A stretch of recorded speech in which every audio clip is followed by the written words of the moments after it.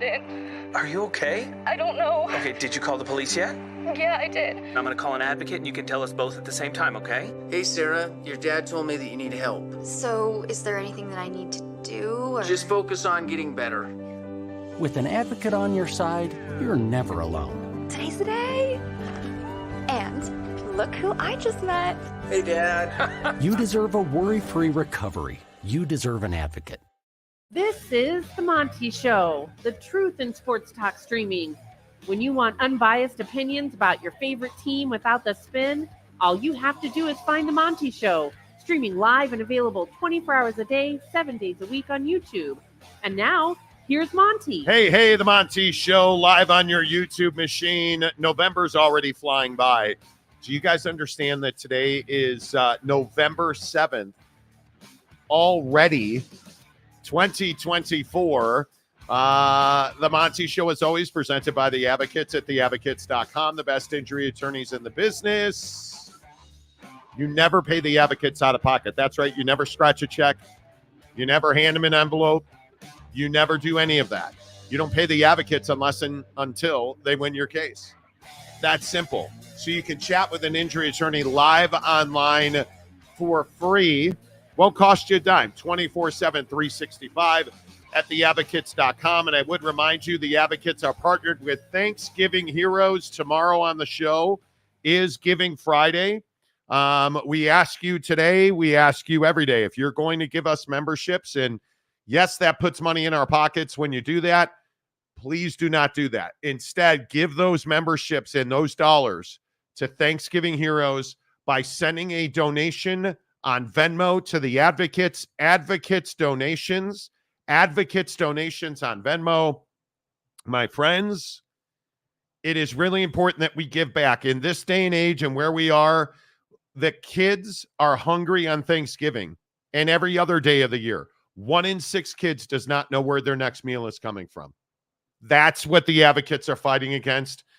You can go check them out, slc.thanksgivingheroes.org, or make your donation on Venmo. Good morning to you. A very, very interesting story to lead us off this morning. Is the Big 12 in crisis? We've been working on a college football Super League story on this show for several weeks now.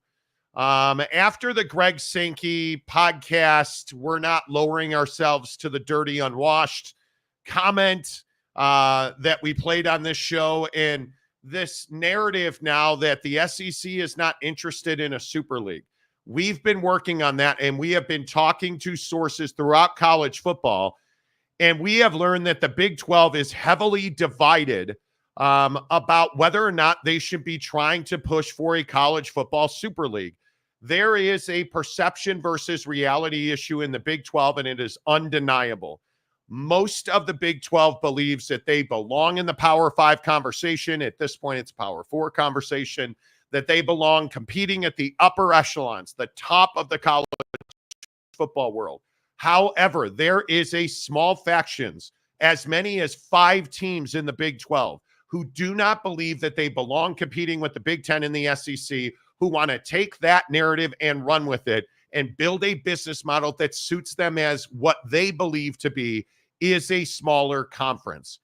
That is a huge argument in the Big 12. Yesterday, Pete Thamel reported that the president at Baylor, who we're going to talk about in a minute, sent a letter to all Power Conference administrators inviting them to a meeting in early December with the organizers and the potential leadership, the money behind a college football Super League, but that most members of the SEC, the Big 10, and to some surprise, several members of the Big 12 declined that invitation to go to that presentation in early December to see what the details of a college football Super League could be about.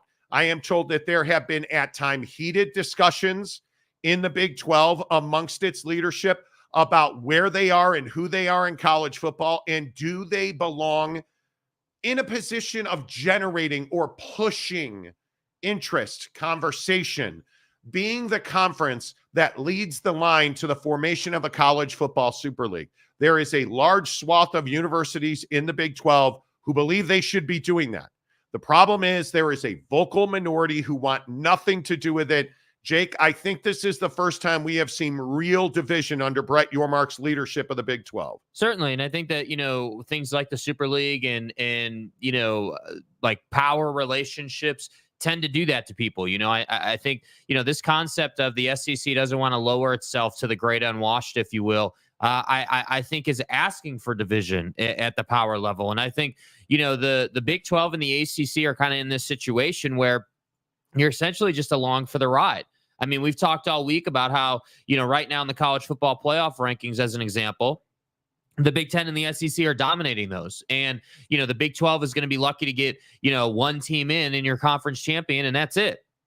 Whereas the Big 10 and the SEC are filling that thing up all the way to the brim. So it's this situation where the SEC doesn't have a need to work with the Big 12 or the ACC. The SEC is partnered with the Big 10 to create a mutually beneficial partnership. And now folks in the Big 12 are trying to figure out what they're going to do about it, if anything. And that's where the division is based out of. Some people in the Big 12, some administrators in the Big 12 want to do something about it. Other administrators in the Big 12 very clearly are not interested in even having the conversation or looking at options. And I'm guessing the question of, hey, if the SEC and the Big 10 go off and do their own thing, we could run what's left. You can't tell me people aren't considering that option. Like that has to be something people are at least talking about. And so that's why I say, like, division in the Big 12. Yes, we haven't really seen that under Brett Yormark, but I do think stuff like this makes it much easier for people to disagree when they sit in boardrooms and try to figure out what they're going to do about stuff. Well, I can also tell you that sources close to that situation told me straight up, one of the conversations and one of the big disagreements in the Big 12 right now is, are you better off without Texas and Oklahoma? And there is a large swath in the Big 12 that believe they are better off politically and as an entirety, as a group, when it comes to communication, when it comes to initiatives, when it comes to business decisions, practical decisions to move the conference forward. They are fairly aligned on the fact that they are better off without the politics of Texas and Oklahoma, which seemingly always got in the way. But there is a significant fissure, divide, difference of opinion, I was told by multiple sources in the conference yesterday, about whether or not as a football conference they are better off without Texas and Oklahoma. And if you can believe it, because it is a shocking position in my belief, it is a shocking position for administrators who are charged with the betterment of this conference and their universities to move forward with a business plan where they have in mind that they are a better football entity without Texas and Oklahoma. That is a heated conversation at times in this league. And I just don't know how you come off that as a unified group. If you're an administrator in the Big 12, and I talked to one yesterday, an athletic director, who was shocked, absolutely shocked at the idea that this league is in a better position and more stable without Texas and Oklahoma. I have real fear that this league will move together in a unified fashion for the College Football Super League. And I will tell you, I am not ready to name names, but there are 4 prominent brands in the Big 12 that want absolutely nothing to do with the College Football Super League. Their belief is that they should take what is left of the 2 conferences, the ACC and the Big 12, and form their own entity to compete with the Big 10 and the SEC. And I think it is absolute heresy. I think it is an absolute dereliction of duty to believe that the Big 12 and the ACC, as they are constituted, can compete against the Big 10 and the SEC. I think it's a ridiculous notion. I think it is absolutely malpractice to go in and compete against the Big 10 and the SEC. Now, thankfully, the large majority of administrators in this league, and I can tell you every Big 12 university in Texas is behind what the Baylor president did yesterday. And let me put up Pete Thamel's tweet, because I think this is a big part of this. Big 12 board chair Linda Livingstone sent a letter to college presidents and chancellors, all of them, calling for an urgent need for presidents and chancellors from the ACC, the Big 12, the Big 10, and the SEC to gather in person to discuss, quote, models for future college football, specifically college and athletics overall. I am told that that invitation was for 2 dates, December 2nd or December 7th, and they would listen to presentations on the College Football Super League, to which everybody in the SEC said no, and just about everybody in the Big Ten declined. And I am told 4 members of the Big 12 declined that invitation. Mm-hmm. We'll see who winds up showing up. We'll see who's there. I do believe that you will get members from every conference that will show up and listen in this conversation. But you better understand one thing. The Big Ten and the SEC are in lockstep. And when I say that, the leadership of the Big Ten and the SEC are in lockstep. That does not mean that every chancellor and president in the Big Ten and the SEC said no. What that means is that athletic directors in those 2 conferences are talking to Tony Petitti and Greg Sankey about this meeting. And they fell in line behind Tony Petitti and Greg Sankey. I don't believe that most of them will show up to this presentation. Why would they? I think Greg Sankey is acutely aware that a college football super league probably costs his memberships money when it comes to football. I think he is aware of that because there's no way that it doesn't. Mm-hmm. Right now, and again, I just go back to this right here. I go back to the rankings in the college football playoff. And you look at how many Big Ten and SEC universities are dominating that top 12. Oregon, Ohio State, Georgia, Texas, Penn State, Tennessee, Indiana, Alabama, and Notre Dame. It's not in question anymore whether or not the Big Ten and the SEC control college football. Oh, they absolutely do. The question is, what is the Big 12 and the ACC going to do about it? I think that's the entirety of this conversation. Yeah, and I think that this whole situation, as far as Livingstone is concerned, and sending this letter and like this type of behavior, has hitting the panic button written all over it. I mean, it reeks of, hey, we heard the comments on the podcast by Sankey. We then see the rankings and understand that, we have one team in, and we also understand, and again, I don't say this out of any hate for any individual school in the Big 12, but your school that's way underachieving this year and way underperforming is a massive problem for the conference. And, whether it's, again, Oklahoma State or Kansas or whoever you want to look at, there's got to be accountability on that front. And I think that that's part of the issue for the Big 12 and the ACC, because they both have that problem. And the Big Ten and the SEC clearly don't have that problem. And, that's the issue. And, to compound that, and this is what I think leads to the crisis portion of the conversation for the Big 12. The SEC and the Big Ten are chilling. They're in lockstep. They're just walking down the yellow brick road, playing their football games, making their money, doing their thing.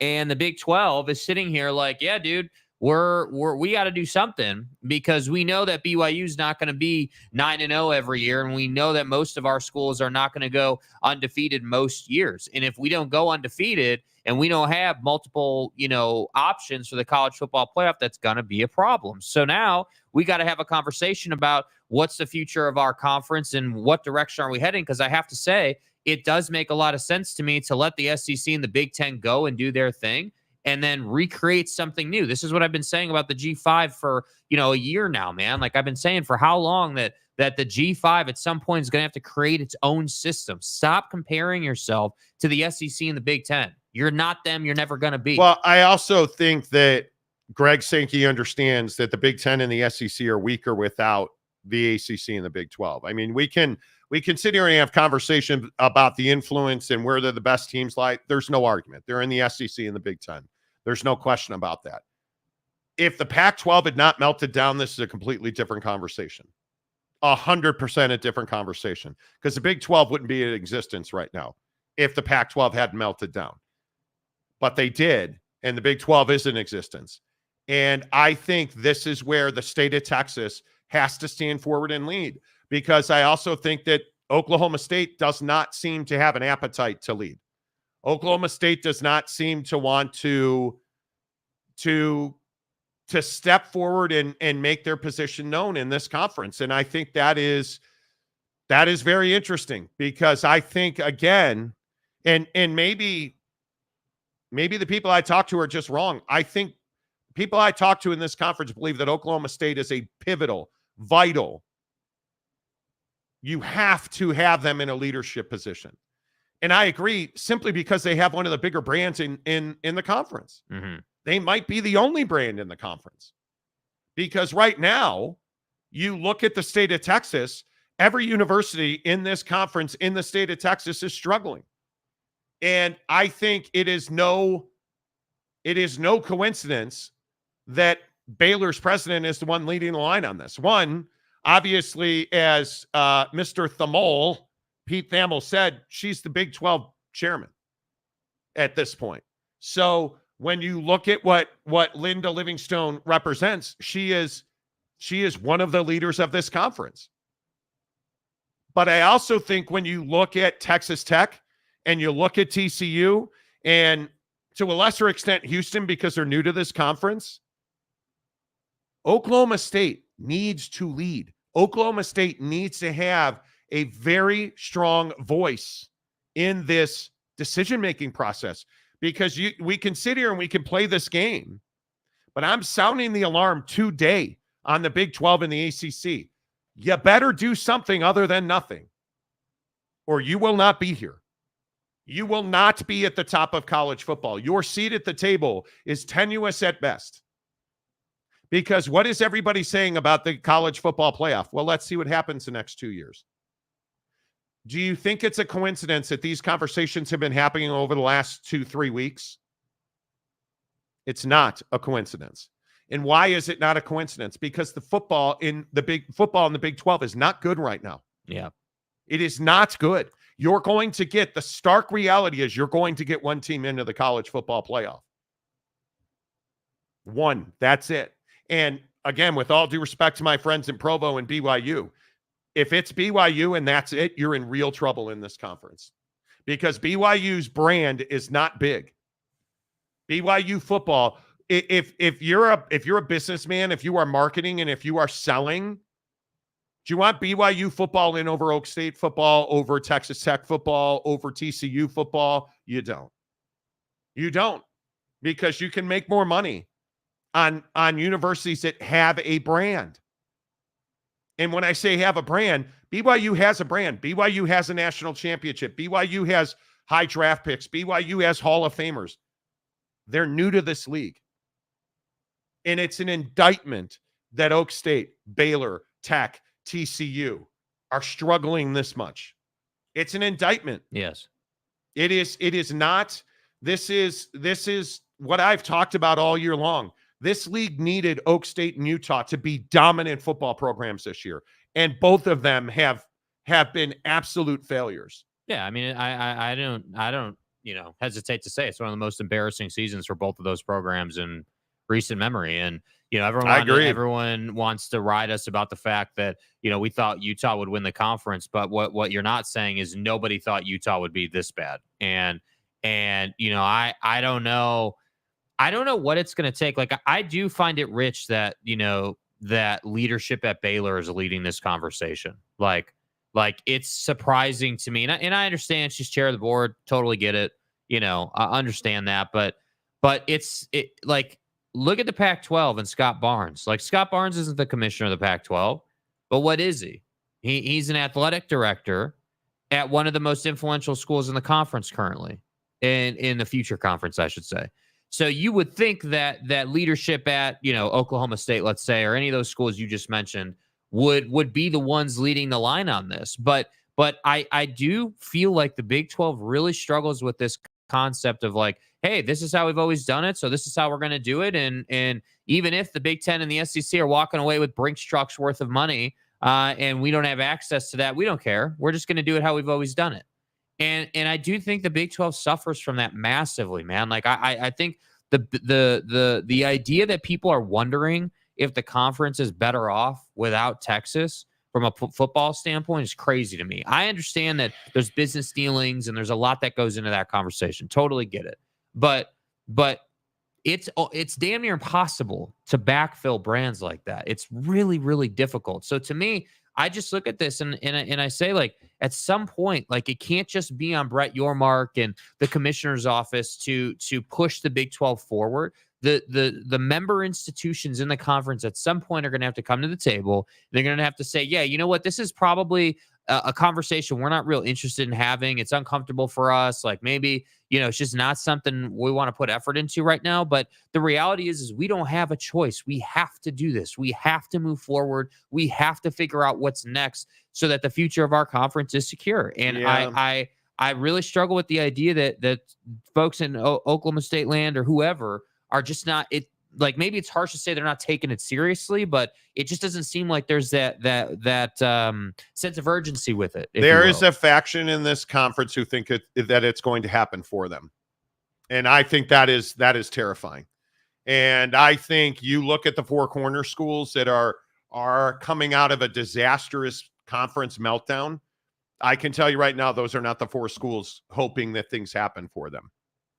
I can tell you that right now. And yeah, I mean, you can do some simple math. Yeah. The Texas schools are leading this. The Four Corner schools are on board with it. You go and figure it out. I'm not ready to name names here because I haven't been able to confirm that. But if you're going to do business the way you've always done business, you're going to get the same result. And the scary thing is the SEC and the Big Ten are not doing business the way they've always done. Very business. much not.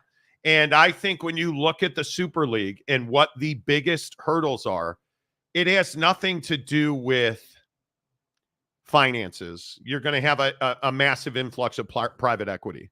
You're going to have a massive influx because I've also, as I've told you this week, I've been talking to TV sources. I pretty much talk to them all the time. I have a lot of friends in television. ESPN and Fox, CBS, NBC, they're on board with the Super League. They are on board with the Super League. The problem is that college football's house is not in order. And this NIL settlement has been so poorly handled for so many years. And again, I'll keep going back to this. Greg Sankey continued to beat the drum. We need to change this. We need to change this. We need to change this. And what did everybody say? No, it'll work out. It'll handle itself. It'll be fine. And then you wound up in an antitrust lawsuit where your antitrust exemption was being challenged in court, and it cost you billions. So what did Greg Sankey do? Greg Sankey pretty much said, I'm not going to work with you guys anymore. And who do you think, when I say you guys, who do you think that is? The Big 12 and the ACC and the old Pac-12. And because they were all sitting around a table not taking action. Yeah, I was going to say, what do those three conferences have in common? And the ACC most recently is the one you have to look at, but those conferences all share this behavior of, bad business or not being aggressive with securing your future and securing revenue generating activities at the conference level. But it's more than that, in my opinion. And I'm not saying you're wrong. Yeah. It's a sense of entitlement that you deserve some of what the SEC and the Big Ten have. And I'm just going to play the Greg Sankey clip again, because I think, and I know that everybody hates Greg Sankey. I don't. I respect the guy. And if I were a college football administrator, I'd want this dude leading my conference. I don't want to dumb down the Southeastern Conference to be part of some Super League notion with 70 teams that some people speculate would happen. They want to be us, and that's on them to figure it out, not on me to bring myself back to earth. So what was the initial reaction to that clip? Oh, well, he's arrogant. He's an a-hole. He's all these terrible names. And he doesn't care about anybody but the SEC. He's selfish. Who's he supposed to care about? Yeah, well, the problem is what I was going to say is I don't even prefer to phrase it that way. I more think of it as, hey, like, you haven't given him a choice. Like, you did bad business, and you have that sort of sense of entitlement, if you will, like you were talking about.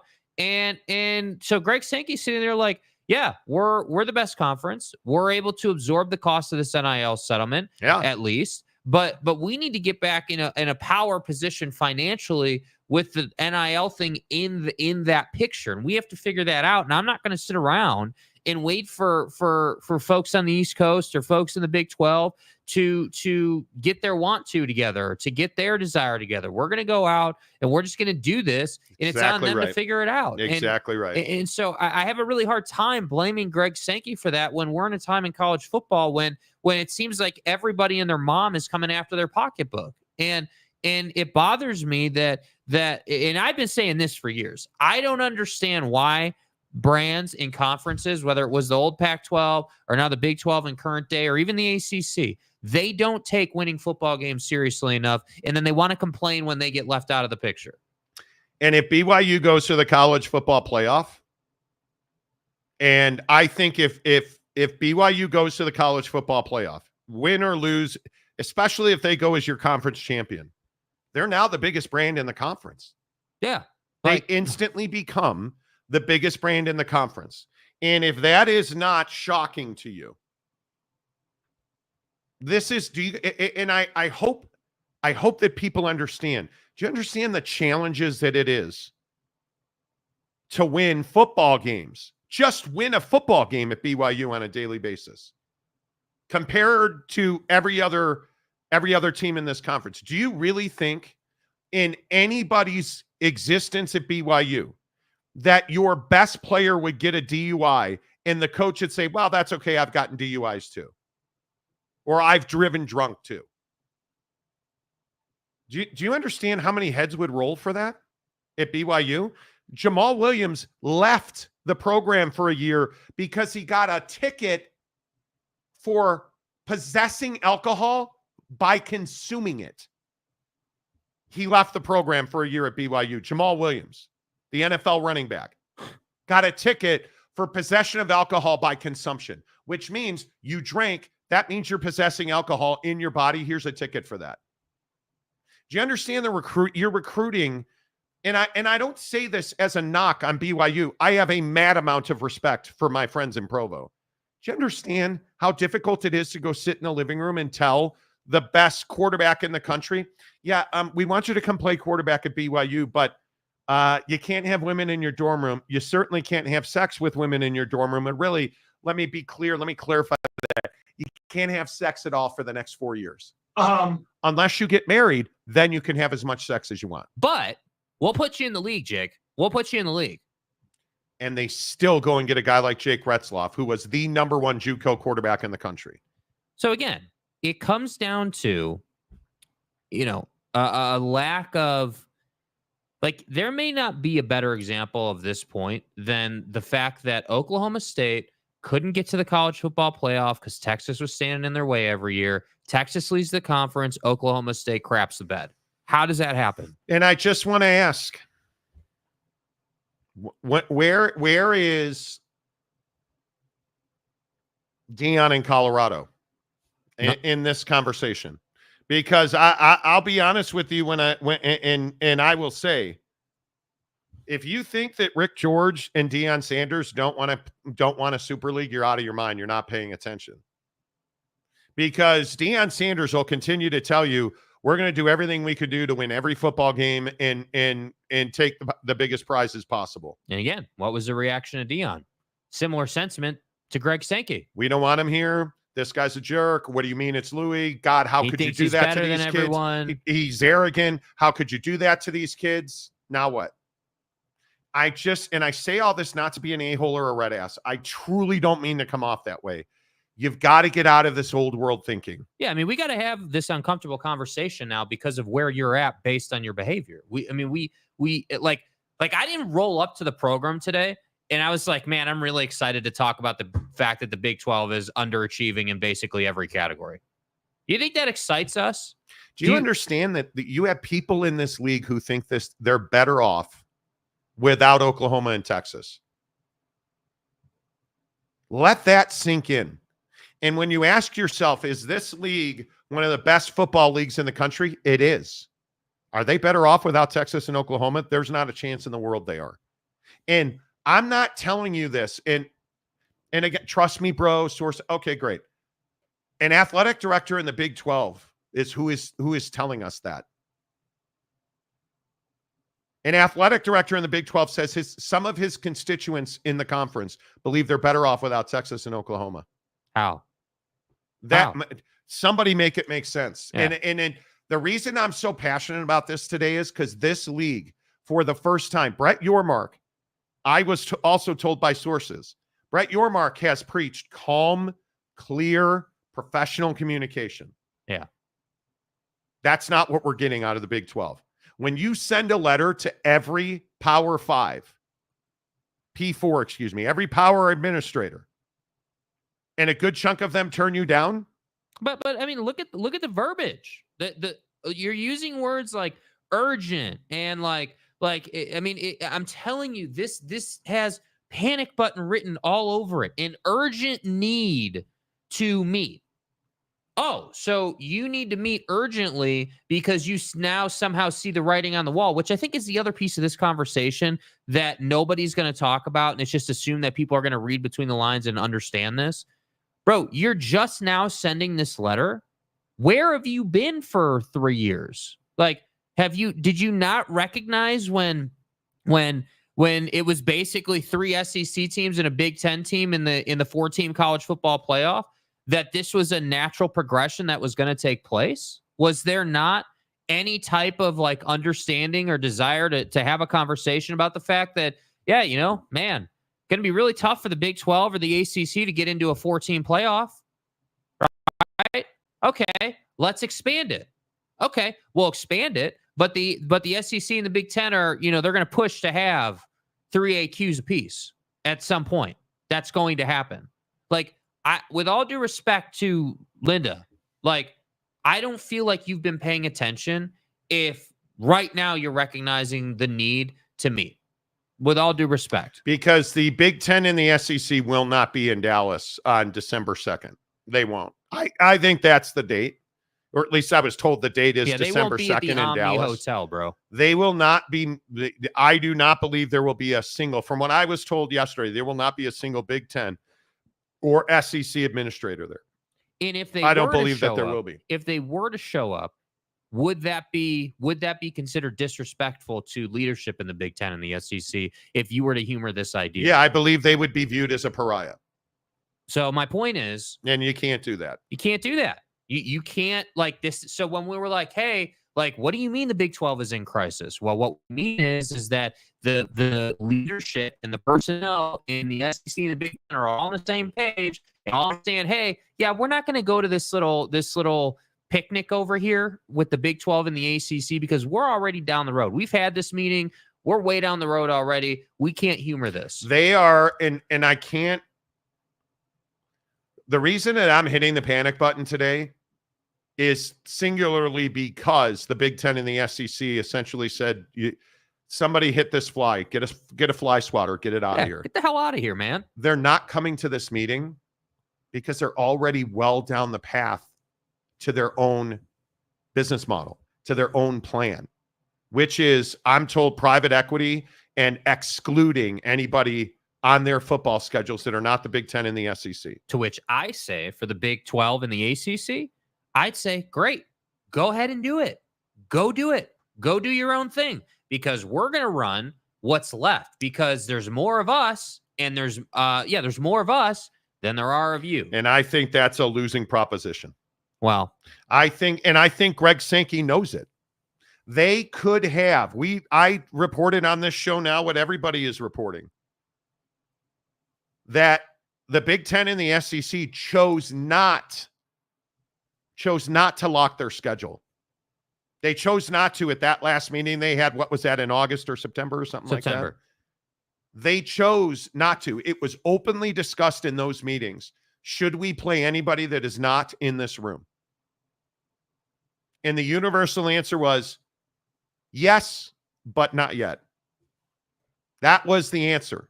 So you're not going to lock the schedule, but at some point. But it's going to happen. Yeah. And I think it's because they don't have their branding and finances in order to do that yet. And I think they know the minute they lock their schedule, it is a civil war in college football. But aren't we already there? Aren't we already in a place where these two are butting heads? I think so. The problem is that, and what's the right way to say this? Notre Dame laid down. Mm-hmm. So I go back to this Notre Dame conversation and why I am so pissed at Jack Swarbrick, the outgoing athletic director at Notre Dame. Jack Swarbrick convinced leadership at Notre Dame that the right thing to do was to take a guaranteed spot versus joining a conference and competing. Now, on its face, you're like, well, hey, Monty. No, hey, Monty. I get that makes sense. But that's the easy button. Because what did he do? He gave up all of Notre Dame's influence and power over the process and the decision-making of the future of college football. When they said, okay, here, give us, if we're ranked in the top 12 teams in the country, we're automatically in the college football playoff. Sure. Okay, here's all of our influence. Take it. Because now, essentially what happens is Notre Dame doesn't have a voice. Their vote goes wherever Greg Sankey tells them to. Their influence goes wherever Greg Sankey tells them to. Are they aligned with the SEC? All their other sports are in the SEC. Oh, wait, they're in the ACC for everything else. So now, who really is Notre Dame aligned with? The ACC? No. They're aligned with the SEC because that's what's good for football. And whatever is good for football is what's good for Notre Dame. Oh, you mean whatever pays the bills? Because they're not a basketball juggernaut. Haven't been relevant in basketball for some years. And I will just continue to tell you, when you are not a football program, and this is what we talked about with Boise State, when you don't have a basketball program and everything is in football, at some point, you have to make significant moves. I don't know, like leaving the Mountain West and going to the Pac-12 for a promised payout, because you're not making the money you need to make in basketball to support all of your other athletics.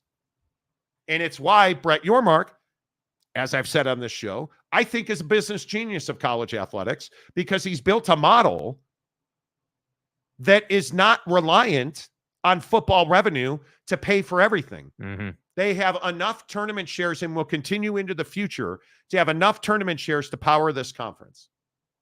And now the question is, who shows up in Dallas on December 2nd?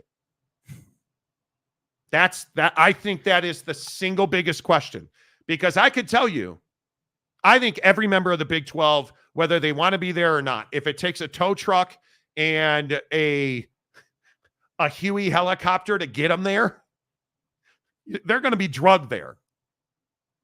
Everybody in this league will be at that meeting December 2nd.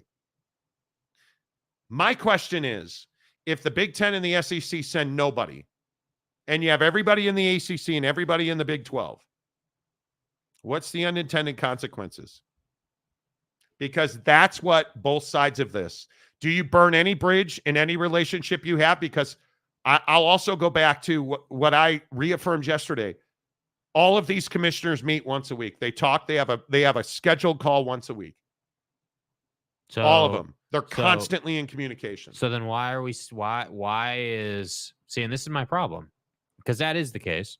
Why are we sending out urgent letters? Why are we like positioning the Big 12 and the ACC in a way where it's like, oh man, panic button time?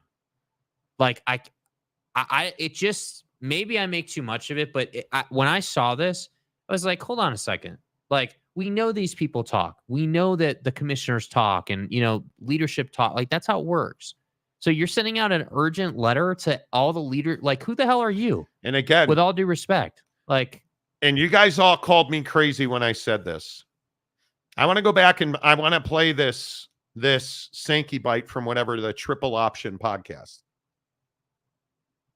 Listen, in here, does he say, I'm never doing a Super League or the Super League's dead? No. Listen to what he says about a Super League. I don't want to dumb down the Southeastern Conference to be part of some Super League notion with 70 teams that some people speculate would happen. Some notion of a 70 league team. And I'll go back to what I've said. What do I think is going to happen? I think you're going to have multiple. I think it is a dozen minimum universities at the power level who are like, yeah, I don't want to pay that money. I'm not going to compete in a super conference. So does he have to worry about 70 teams? Nope. What is Greg Sankey saying in that bite that you all told me I was crazy for? I think you're going to see, it's like Urban Meyer in his roster, Dion in his roster. We're going to lop off the bottom 25% of you guys. Which y'all vilified him for. And we're going to all move on with our life. I think what's going to happen is you are going to see the teams in the Big 12. Those 4 teams in the Big 12 who don't want to be part of the Super League, they won't be part of the Super League. They won't. And everybody else in this league, the other 12, I think will move into a Super League. And I think members of the ACC who don't want to, you're telling me that the Virginia schools, you're telling me they want to pony up $500 million minimum on top of the $500 million they're already ponying up? Because I think that's what it's going to take. Now, you're also probably each going to get hundreds of millions of dollars in private equity. So that'll be offset some.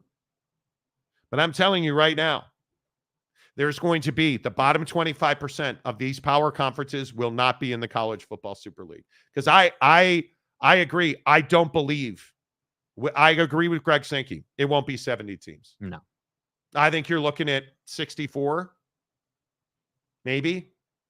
If you get 12 out of the Big 12, the top 12 football programs in this conference,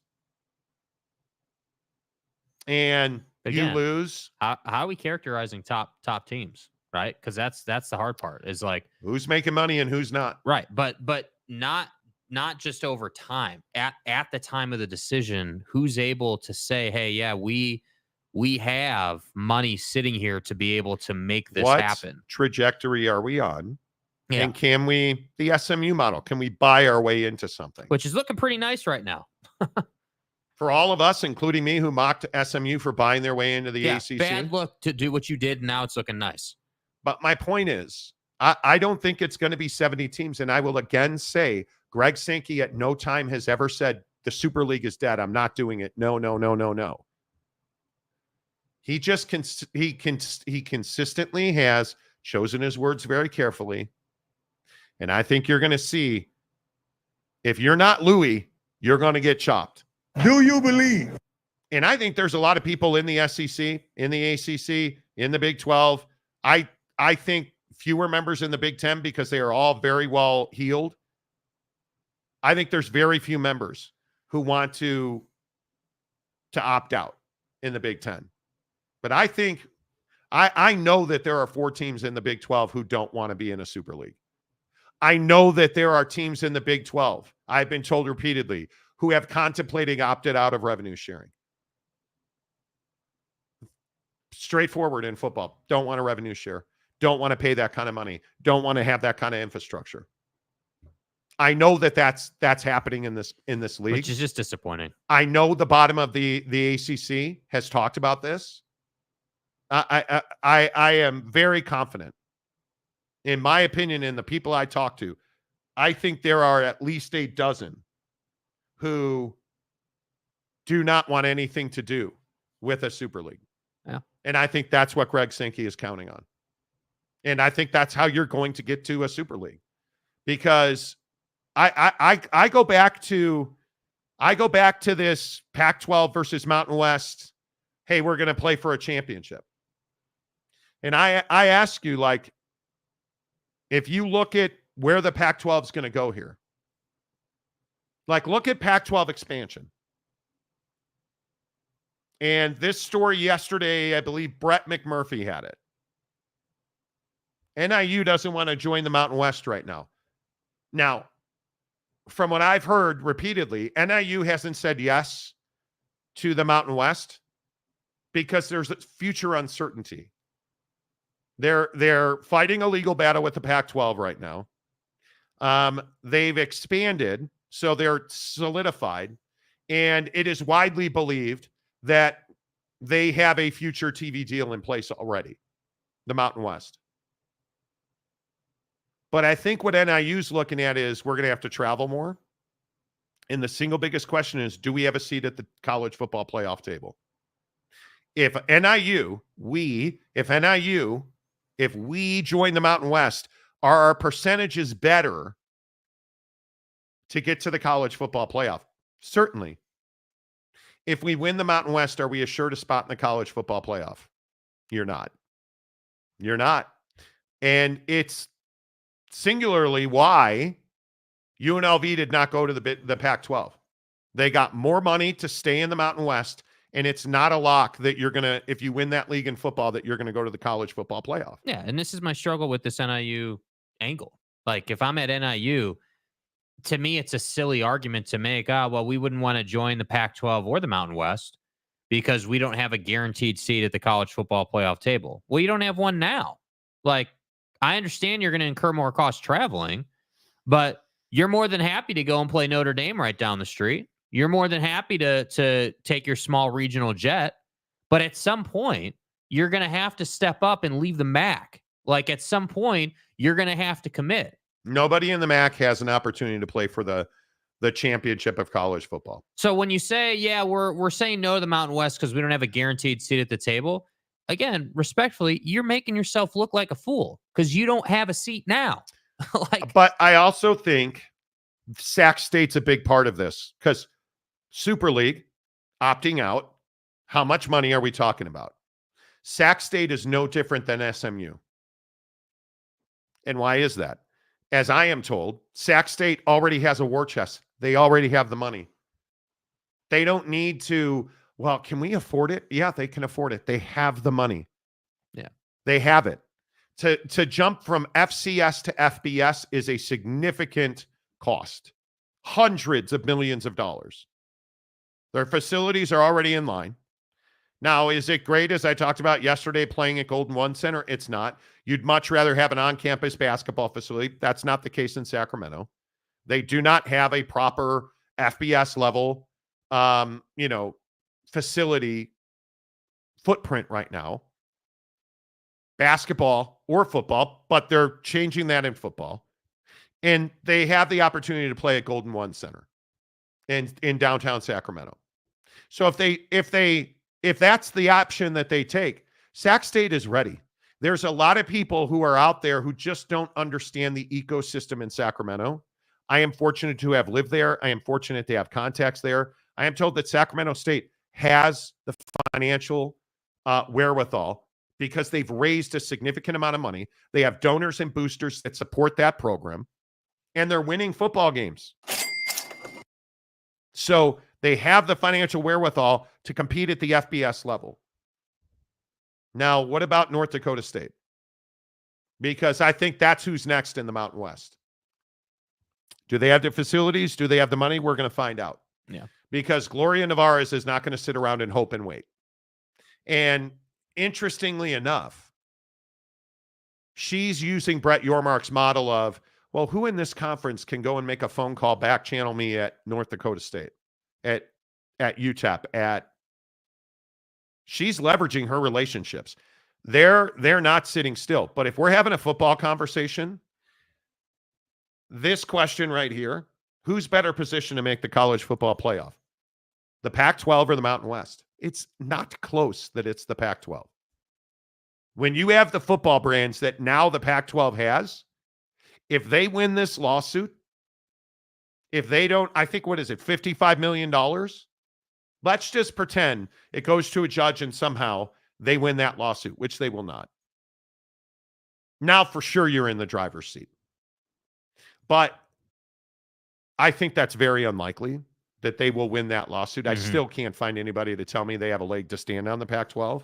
Their argument in the comment section, I love all the lawyers who come out in the comment section who know nothing about the law. The phrase non-liquidated damages or non-liquefied damage. Do you guys understand? That's not a real phrase. That's not a legal term. The argument in the Pac-12 and what the Pac-12 is suing the Mountain West over is interference in interstate commerce, antitrust. They're saying that their argument essentially is you having these $10 million poaching fees is punitive. It's too much of a penalty, and it interferes with our ability to compete with everybody else to win college football games and add new members. They're saying that the Mountain West, by inflicting $10 million per school in damages, in penalties for poaching, is limiting their ability to add new universities and compete at the highest levels of college football. And that's why they want a judge to say, nope, you don't have to pay those. Which, good luck, because you signed a contract. And there's a reason they negotiated these poaching penalties, and the Pac-12 agreed to them. Yeah. So, but if we're having a straight up football conversation, who is who's positioned better to compete for a college football playoff spot, there's no question it's the Pac-12 2 years down the road, because look at where Boise State is now. Yeah, I think, the other part of that too, though, is that, like, I agree with that, but either way, you don't have a guaranteed spot at the table. You're assuming that every year Boise State's going to be the highest ranked G5, and that's just not the case every year, with all due respect to them. They're having a good year this year, and that's great. But again, let's say that Boise State makes the college football playoff this year. That money doesn't go to the Pac-12. That money is going to the Mountain West. So, yeah. I don't disagree with the sentiment that moving forward, the Pac-12 has better football brands, and because of that, the odds of them being able to make the playoff are better. But if you're NIU, which is this genesis of this conversation, excuse me, it's the Northern Illinois Huskies of DeKalb. Yeah, the Saluki Husky. No, it's the Salukis are Southern Illinois. Sorry, Carbondale. My bad. Sorry, my bad. And with all due respect, I just, for NIU to be like, yeah, we're not joining the Mountain West because we don't have a guaranteed seat at the college football playoff table. It's one of the silliest arguments that I've ever heard. I would be cautious as well. If I were Northern Illinois, I'd be cautious as well. Okay. 52 minutes of me bloviating and talking probably far too much leads us to the comment section on this show, which is always presented by our good friends at Prize Picks. Prize Picks, the best daily fantasy app in the business. Download the Prize Picks app. Use the promo code Monty. You deposit $5 in a new Prize Pick account. You get 50 more instantly. Do we need the sad music or no? You won. Hey, take it easy. I never lose on Prize Picks ever. You deposit $5, they'll give you $50 more dollars instantly. Prize Picks, download the app, open a new account. Today I would like to shout out my guy, the best player in the history of all things historic. shout out to Mo Bamba. And that'd be Steph Curry. He pushed last night. What, he pushed? The number was 4 3-pointers. Uh-huh. And so I took more. He hit 4. So it was a push. It was a gray. But thankfully, my guy, Jason Tatum, he had a 29.5-point number, which is huge. He scored 32 points. It's my dude. I thought he was going to go off on Steve Kerr last night. Yeah, we're talking about NBA minutes, not Olympic minutes. So, So he went off on. I think I've hit it every time. I actually thought he would do better than that. He did not. And then there is LeBron James. LeBum, LeCap, you jerk. LeBrick, LeDad. He wasn't LeBrick last night. He had a 38.5-point number, points, rebounds, and assists. Did the flag bearer James come through? Why are you a hater? Did LeGM show up for you? He did. 52 points, rebounds, and assists. My guy. Now, unfortunately, I won $5 because Steph couldn't make one more. Come on, Steph. I put 20 on a 3-pick flex. So I won 25. So I put out 20. I got 25. I netted $5. See, but that's all you have to do. That's all you have to do. That's it. Like on your bad nights, if you can just win $5 on a 2 or 3, you're fine. If Steph had hit, and again, I think that's the beauty of daily fantasy. You're one away. You're one away. Now, tonight, I think this is a lot easier tonight. Zay Flowers, 61.5 yards receiving. Yeah, we're going more on Zay Flowers for sure. Derrick Henry for a touchdown. We're going more. A tutty. Oh, I'm sorry. King Henry for a touchdown because I am not a nymph millennial. A beta. Thank you. I am no beta male, sir. It is not tutty, you beta. If you felt these balls, Is beta male one of the stupidest things you've ever? You're such a beta, bro. Shut up. And I very much like Justin Tucker. I'm all Ravens tonight. I think they're the best team in the NFL. Yeah, I took King Henry and a demon for 124.5 rushing yards. That's not happening. I took Joe Burrow for 267.5 passing yards. And and that was less, by the way. And I took Evan McPherson for 2 field goals made on a demon. Okay. Oh man, I forgot you can't do all three. You can't do all 3 Ravens. I forgot about that. Okay. Zay Flowers for sure. What King Henry line are we going to take? Derrick Henry for only 1 touchdown is a goblin. So I'm a little hesitant to do that. Let's change it up and go Derrick Henry, 1.5 rush receiving touchdowns on a demon. I like it. Let's keeps in it real. Keeps in it real. That, or do you go Lamar Jackson rush receiving touchdown? No, I'd probably go. I'm in on Derrick Henry, like I said. Okay. I took the demon on him, so. All right. And then I guess you go Jamar Chase. No.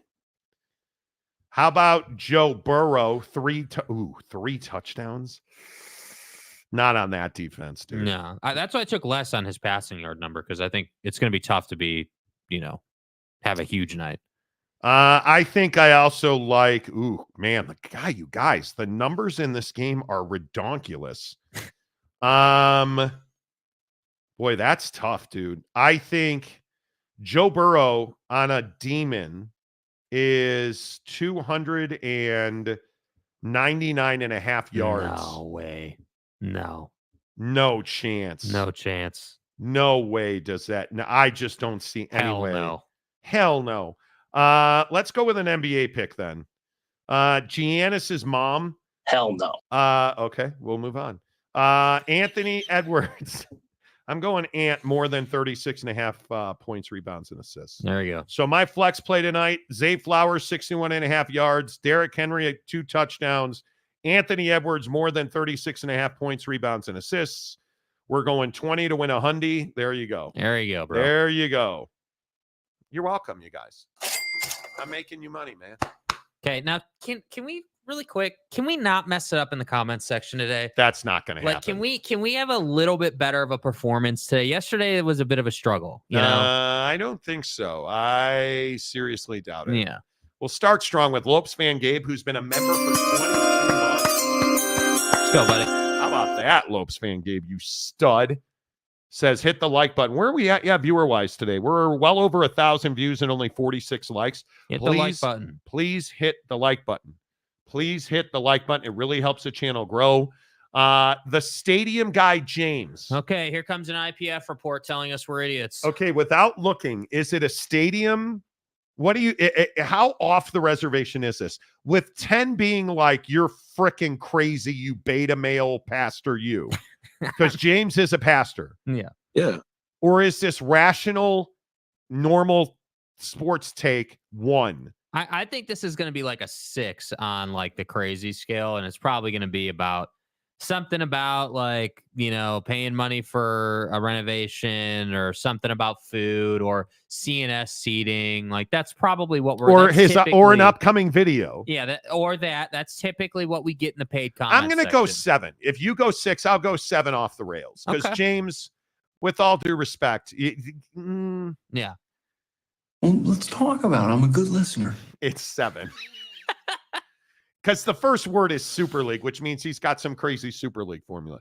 Super League, ACC, Big 12, SEC, Big 10 expand to 20. But then wouldn't that be 80? Well, Monty, if they expand to 20, they got to expand their IPFs. It's just a natural thing. Expand the playoff to 16 teams. SEC and Big 10 get 4 AQs. Why would you do that? Don't you have that already? I think we'll see. Yeah.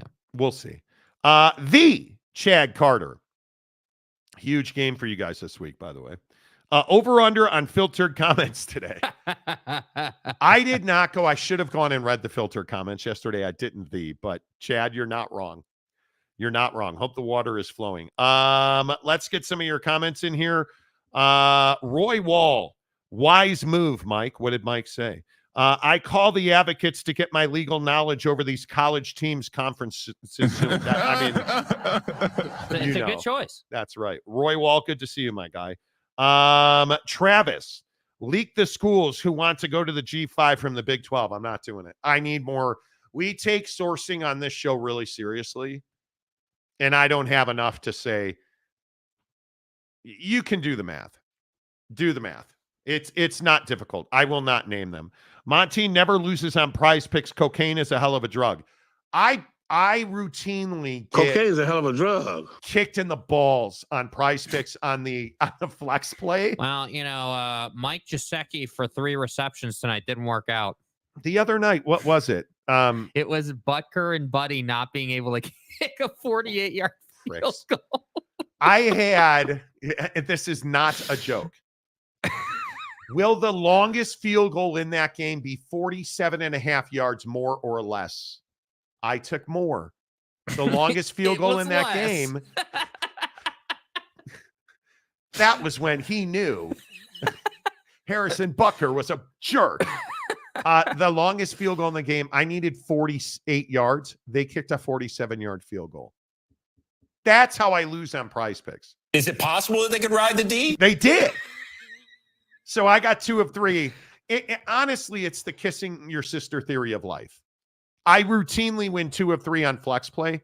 So but then I will just get a wild hair and I'll do like a 4-pick non-flex play and I'll win like $200. What's an erection? And Stay home.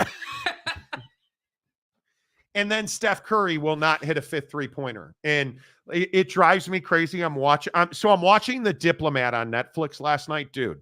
Is it good? Oh my God. Yeah, we love that show. We watched the first. Is this the 3rd season? I think. I don't know. We watched the first episodes of The Diplomat last fall, and it was amazing. Carrie Russell, awesome. Great show. The Diplomat, watch it. But I wanted to stay away from the news last night. I just was burnt on it. I want it. So Mrs. Marty and I, we're sitting on the couch. She made unbelievable taco salads for dinner. That's got to be one of the easiest things you can make for a bomb dinner, dude. She pulled out her meat and made a what? Bro, you got to chill. You gotta chill with stuff like that. I don't know what you mean. Mrs. Marty pulled out her meat and it was amazing. She made ground turkey taco salads last night. Unbelievable. Yeah. I'm on a honey mustard run, and I got to tell you, I don't see it ending anytime soon. I am really concerned about this honey mustard run that I'm on. It is, I feel like a cocaine cowboy, but it's a honey mustard cowboy. Is your honey mustard run so strong right now that you would eat a taquito off the roller with it? I started having second thoughts. See, again, you say things and you just you. Oh, sure. Of course, I understand why people are upset. Don't play Ted Cruz drops today. You're such a jerk. Get it right, Jake, and quit disrespecting the directional Illinois schools. Yeah, that's my right. bad. Sorry. That's right. My Directional Illinois. Steely Matt bloviated the word of the day. Yes. It's my mantra. Bloviating, pontificating, it's all good. Right. Yeah. I appreciate that. Thank you.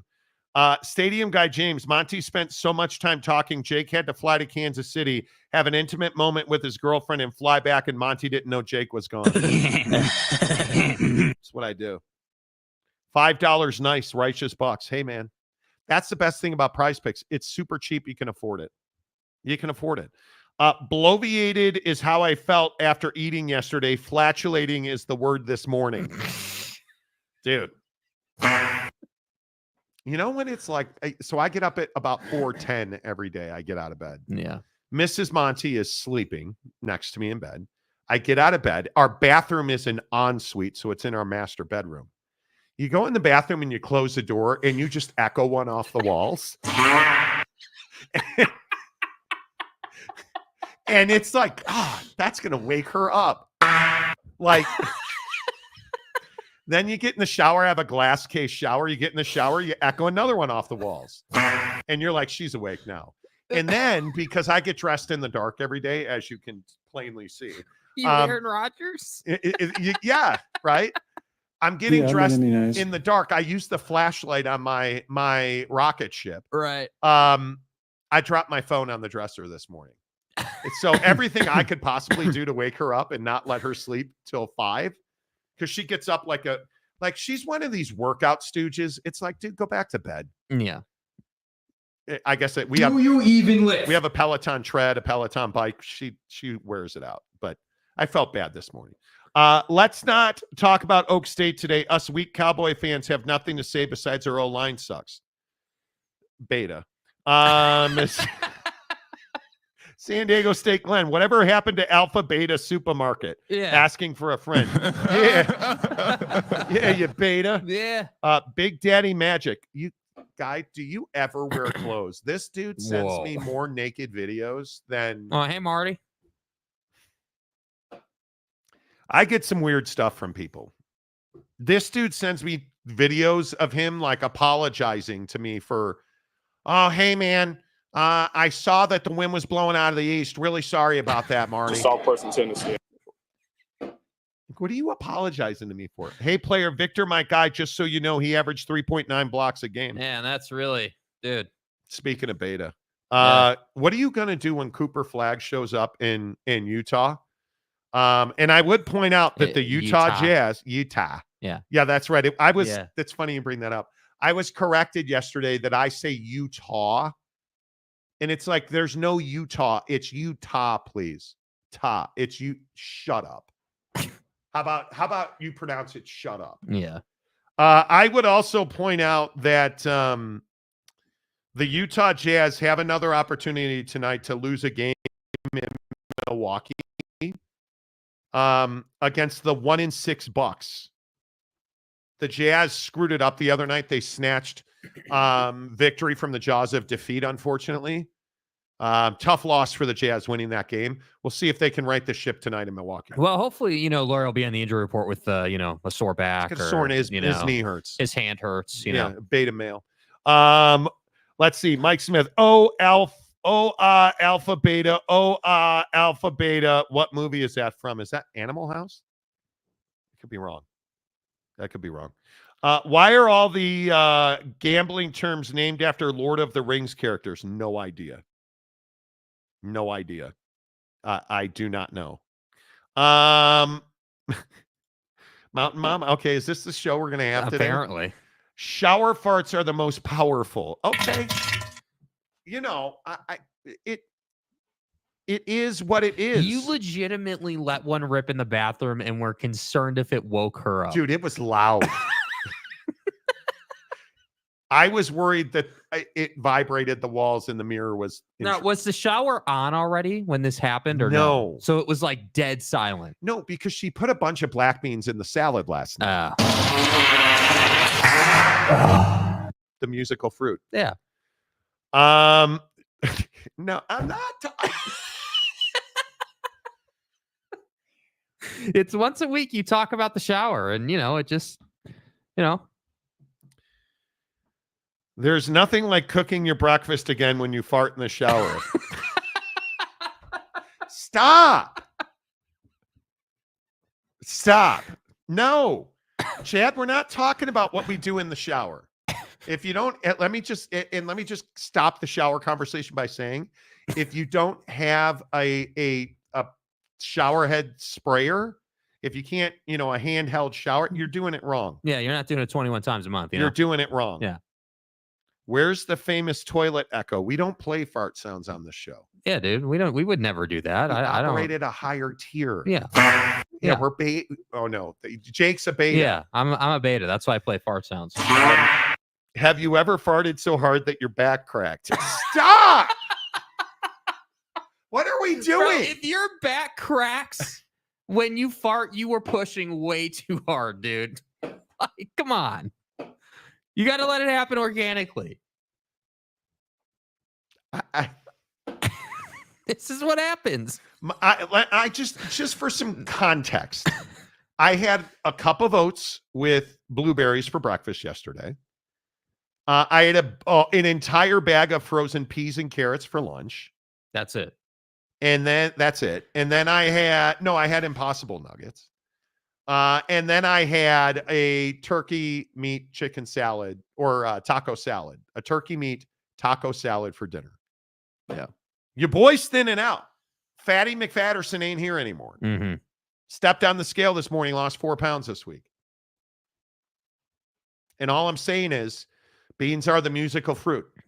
Yeah. The more you eat, the more you toot. Yeah. The more that you just don't pop your back out of place, The better you Mike, stop. No. I've seen some skinny women get whiplash from a powerful fart. Dude, what? Was she in traction? Oh God. Giggity. Good morning. Wasn't it Justin Salas who sent a shower pic to win a prize on the show? Yes, it was. Yes. Wearing a Monty Show t-shirt when we released our merch way back in the day. We used to have merch on the show. Right. And he put on his shirt and got in the shower. Yes. Yeah, if you have Monty Show merch, you have some elite material. Yes, you do. Geoff, spinal farts. That's right. That's right, dude. Spinal. Back is broken. How did we? Fiber. Yes, I eat a ton of fiber twice a day, every day. Foam pull. And it's because I eat so much fiber. Having fun is the name of the game. What would a fart conversation be without Fat Jesus? Yeah. Farting and back cracking is the dream. Yeah. Spinal. Yeah, dude.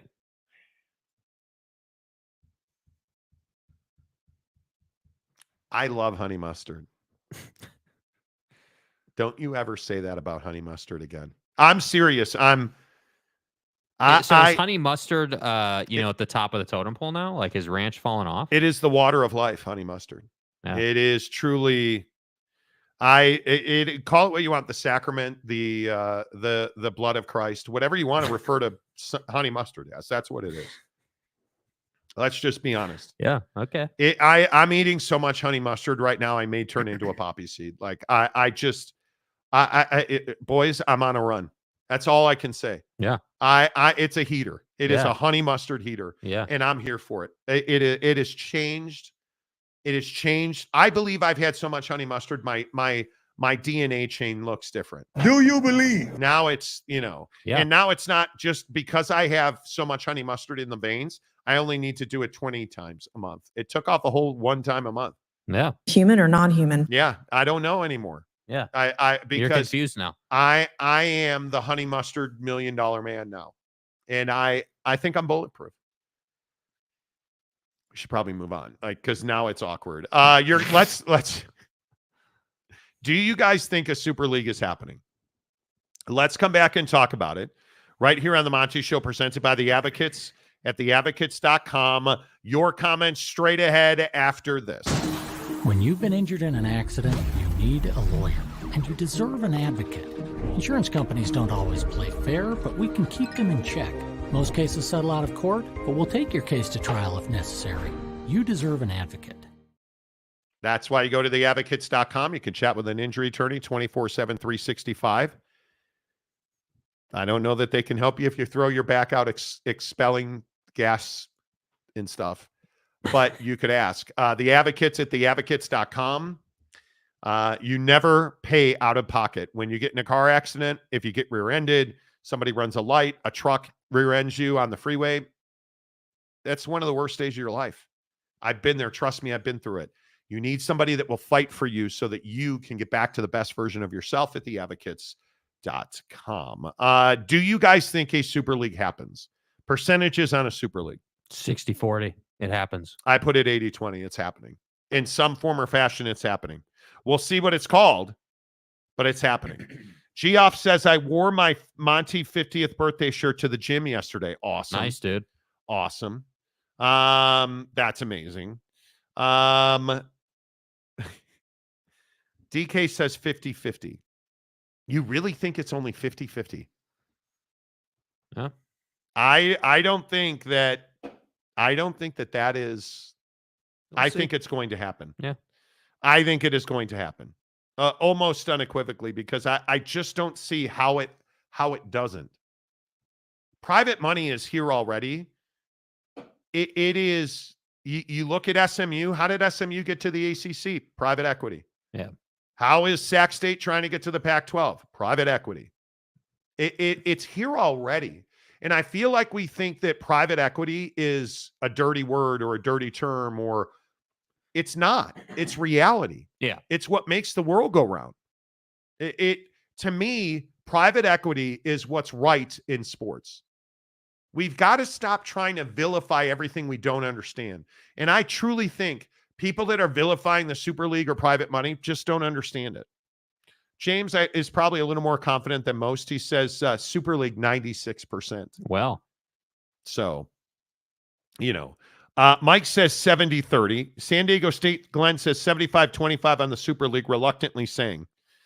I wonder how many G5 teams would even be able to financially compete. We've talked about this ad nauseum. Glenn, you're a San Diego State fan. Do you think San Diego State could come up with between $500 and $1 billion, between $500 million and $1 billion to bounce into a Super League? Man, I find that hard to believe. Right. With just about any G5 university, including Boise State. It's so much money. And you're just not pulling down that kind of bread. That's the part that's difficult. D-Rock Irish, hello. Yes, 26-28 time frame.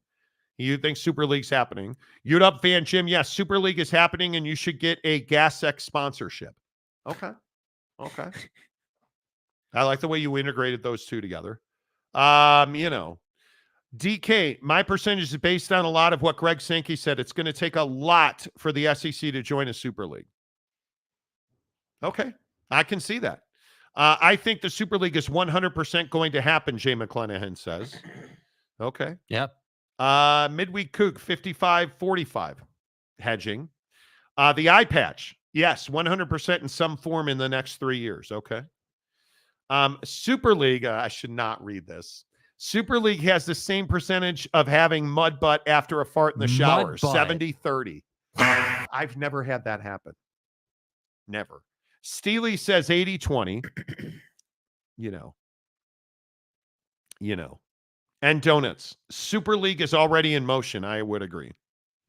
The eye patch. Who cares about G5? How many teams in the ACC and the Big 12 could afford that? Well, and that's where the show started. Yeah. Because I think there is a large number. It's going to shock you if I can confirm a couple of things over the next few weeks, which I think is going to be very difficult to do. It's going to shock you the teams that I've heard that in the Big 12 who do not want to be involved in the Super League. Not the Four Corner and not anybody in the state of Texas. Right. Go ahead and figure it out for yourself. Right. Go ahead. Personally, I do not care because football will still be football. Oh, I think it will be vastly different. Yeah. See, I just think, vastly different. You're not respectfully, dude. And I'm not trying to make it personal, but if you think football is just going to be football, I think there's so much more to it than that. That's a very head in the sand kind of thing to say, in my opinion. Yeah. Stupid. I just disagree with you. I mean, I think that football is not football anymore. Yeah. Because the days of Cinderella and her slipper are over. Right. The days of Appy State at the Big House are over. That's all done with. The days of BYU's 1984 championship are over. You're going to an NFL model, and I think we're going to have a college football championship on Saturday and an NFL championship on Sunday in the same weekend. I think it's inevitable, in my opinion. Red Wine 65, hello. It doesn't make sense to put all the big brands in a conference to beat the hell out of each other unless it's going to be a super league. And I agree with that wholeheartedly. Xavier Wolf, farts are always funny. Indeed, they are. Yeah. Indeed, I agree. Your mom certainly wasn't out of my super league, Geoff says. It's your mom. Maybe your mom didn't go to heaven. Yeah, she probably didn't. Geoff, how pissed are you going to be when Juan Soto signs for the Dodgers? Yeah. Did you enjoy the Kyle Hendricks signing yesterday, dude? Did anybody notice that Mookie Betts made it very clear he's moving back to second base next season? Where did Mookie Betts play last? Position did he play? Third base? No. First base? No. Catcher. He was a catcher. No, he wasn't the catcher. Oh, that's right. That's right. He played right field. That's funny. Doesn't Juan Soto play right field? I think so. I believe he does. And I think he hit a lot of home runs for the Yankees. I think he did. Okay. It's interesting. I don't know. So wait, the Dodgers have an opening in right field, and the premier free agent in baseball happens to play right field. Interesting. Juan Soto, much of an upgrade to Teoscar Hernandez? Yeah. Just a lot. Can you imagine if they've got Hernandez and Soto in that outfield? And I would hope that we would make a run at Juan Soto. You know, who's we? I said, well, what do you mean? Guy. Bro, do you have a... Are you kidding me right now? Oh, the commitment. See, that's alpha behavior right there. I hope we make a run at him. I mean, I'm a Cubs season ticket holder. I own the team now. Just ask him. I already told him. You know, Bruh. I'm a terrible person. I freely admit it. The Cubs will not make a run at Juan Soto. I think they're going to go after the Garrett Cole situation. That's weird, bro. Did you guys see that Garrett Cole opted into his contract, chose not to become a free agent to make $43 million a year when he could be making 50? What?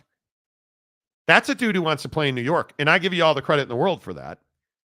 Or he didn't want to take a physical with a new team, which, coming off of a year where you had arm injuries, that might be the case. But if the Yankees lose Juan Soto, that'd be disappointing to me. But that's just my opinion. Geoff, no, I wasn't the same amount of embarrassed. No, I was the same amount of embarrassed as always. I think Kyle Hendricks has been a fantastic Chicago Cub. We cubbed together in 2016. Excuse me, the professor. The professor cubbed together in 2016. Yeah. Mm-hmm. One of the greatest moments of my life. But Google me. Yeah. Dodgers are the new Yanks. I hate the Dodgers. And donuts. With concussion protocol, et cetera, mid-college football leagues will be relegated to flag football. Well, Stymie Snerdley. Okay. Cubs are cursed under the new ownership. Well, they already won a championship with those cats. Do you know how difficult it was for me to give money to the Ricketts family? And I did, but it would... Stadium Guy James, I need the advocates, especially when Oak State stinks so bad that they won't be in the Super League. Oh boy, now I get to see Oak State versus Utah State. Yeah. Isn't that exciting? Yeah, you do. Isn't that exciting? You do. You also get to see BYU at Utah. Let me just go ahead and adjust in my chair for this. Okay. All right. Make sure that I'm centered up for Utah fans that got pissed. BYU at Utah, Saturday night, ESPN, 8:15. BYU's a 4-point road favorite. 41.5 be the number. I think this is maybe the most important regular season game BYU has ever played. I think it's that serious. And I know a lot of you in BYU country are going to be like, Marty, 1984. Okay, totally get it. That was a different time. That was a different lifetime where money was meaningless in college sports. The money on the line the exposure on the line, the brand opportunity on the line for BYU. You've never seen it before. You've never seen it before. This game is nothing we ever thought it would be. And I hope people understand this about the Holy War, the rivalry in Utah. This was supposed to be a coronation for the Utah Utes. This was supposed to be one of the great seasons in the history of Utah Utes football. And it's been one of the worst seasons in the history of Utah Utes football. Conversely, much to the heartache and pain of Utah football fans and the University of Utah football program, this has been one of the best years in the history of BYU football. Historic start to the season. You are undefeated. You are sitting on top of the Big 12 conference. Your destiny is in your hands. But you got to get by the Utah Utes first. And it is what this rivalry is supposed to be about. This right here is what's right with college football. BYU and Utah, and I will die on the hill of telling you, this is the single best rivalry in all of college football. Families do not talk ever because of this game. Max Hall's mom still has not been able to dry her hair because Utah fans poured beer on her. Max Hall hates Utah and everything about Utah. BYU fans hate their brothers and their neighbors on Saturday. BYU fan will either miss church or fall asleep in church on Sunday because this is an 8:15 kickoff and they're not going to miss a moment of it. It's everything that you want in college football. And I can confidently, for the first time, say, I believe, Jake, that BYU is going to win this game and make history in the state of Utah for football. Totally agree. I think BYU, heading into this game, the thing for BYU is they have a formula for their team that leads to success. And that formula is pretty straightforward, which is you are, number one, you can't turn the football over. I think, we've seen a lot of improvement out of Jake Retzloff in that area. Early in the season, had some turnovers, had some things, the SMU game, the Baylor game, where he just turned the football over and put his team in a tougher position. That's all gone away now. The last couple of weeks, he's been really good at protecting the football. Secondly, I think the temperament of this BYU team is what it needs to be to win this ball game. And I bring that up because obviously going to Rice Eccles and playing this game, night game, it's going to be really cold. Like, you got to have the right mentality, which is, hey, we're going into a hostile environment, but we've been here before. We've done this thing before. We've beat other teams at their place. And so I don't think that Rice Eccles is going to be something that largely affects the Cougars on offense. I think the biggest thing that will limit BYU is the defensive scheme that gets rolled out by the Utah Utes. If they can trick Jake Retzloff into seeing one thing, but then dropping into another thing, and they can create a turnover, obviously that's going to give Utah a much better chance. But I would tend to agree that BYU has a great chance to win this ball game. And the other thing that stands out to me is BYU's running back room is healthy. They obviously have a lot of momentum heading into this game. They've been running it better. So I would fully expect the battle of the night, the thing that decides the game, is not Retzloff himself, but it's the BYU Cougars' ability to turn around and hand it off and run for 3.5 yards. It's the Cougs. A carry. It's the Cougs. That Cougs will decide the game. Speaking of running backs at BYU, you may notice a slight difference in messaging this week. I just want you to kind of ingest. First of all, I'm going to start with Kyle Whittingham, and I'm going to play this not Jake Retzloff bite. Here's the head coach at Utah, Kyle Whittingham. I'd say the QB is the catalyst. You look at individual rushers, individual receivers. There's nobody that just jumps out statistically. It's a collaborative effort, but the quarterback is the catalyst, in my opinion, and playing good football. He's amongst the league leaders in pass efficiency. He's made some just a bunch of really timely runs during the course of the season, runs that have made big difference maker type of runs. And so I would say that is without a doubt the guy that makes it all go. But again, he's got a good supporting cast, but again, nobody is just jumping out. Wait, I'm sorry. who were you talking about? You were talking about Max Hall? What does Max Hall have? Okay. So he was saying Jake Retzloff without saying Jake Retzloff. And then let's just listen to Glover versus Ropati, a story of two different running backs. Excuse my language, but it's fuck BYU, man. I've never been a part of the Cold War, but I'm excited now. Utah's got great players. I mean, they've had the history of having great defense, having a great defense. And so they have great players with great coaching, you know what I mean?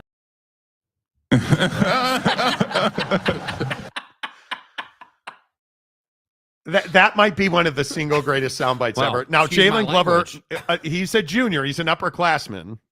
He apologized for saying... Excuse my language, but it's fuck BYU, man. It's iconic, bro. That is one of the single greatest things I've ever heard someone say. Well, excuse my language, but F BYU. Don't you get a helmet sticker for saying that in this town? Come on, dude. That's unbelievable. And then Ropati's like, hey, man, they're great up there. I love all their guys. They cool. Really well-coached team. Fans are great. I mean, I just love everything about Utah. The turf, that cool warehouse that Marty, that podcaster, Marty donated money to get their name painted on it. Yeah. Like, could you be any different than those two? No. In all seriousness. Come on, man. Roche, whoa. Eye patch. Even if Utah holds the TDS to 20, Utah can't score more than 14. I would agree. They better win. BYU better win this game. You better win this game. Mike Smith, Witt was talking about Preston Stone. Oh. Mountain Mama nailed it again. Yes. Thank you. I was unsure. Yeah, James, are you excited about that, dude? I know Preston is your guy. Stay hard. Oak State James loves him some Preston Stone. The quarterback at SMU who's benched. Cam Harrison, Witt was talking about Steve Sarkisian. Well, I thought he was talking about Robbie Bosco, but I could be wrong. Right. Mountain Mama. That kid got laid after saying that. Yes. I believe he did. Yes. I believe he did. Glover said the Cold War and keep the streak going. Yeah, that was the other portion of his comments that I think that he kind of messed up a little bit. It's not the Cold War, dude. It's the Holy War. And Holy War, Cold War. We're going to kick the crap out of them. And by the way, you don't have a streak going since you lost last time. So, we need this game every year.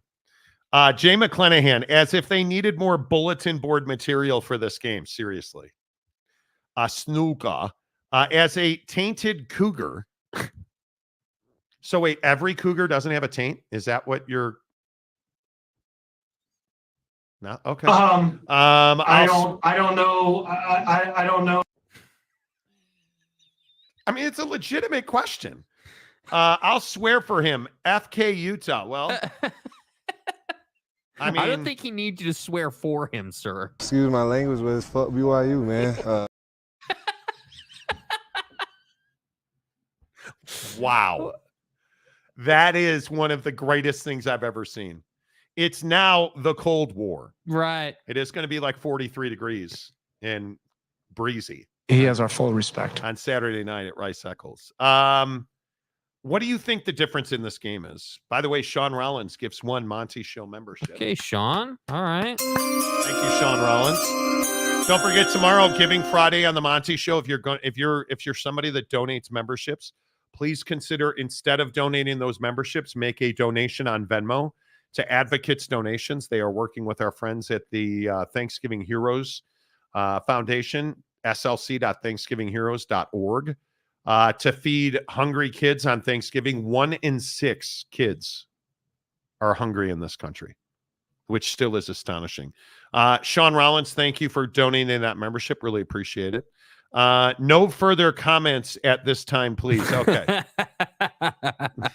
Hell yeah, taint talk time. Grow up.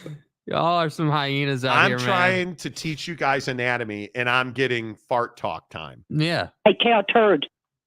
That's exactly right. I miss her.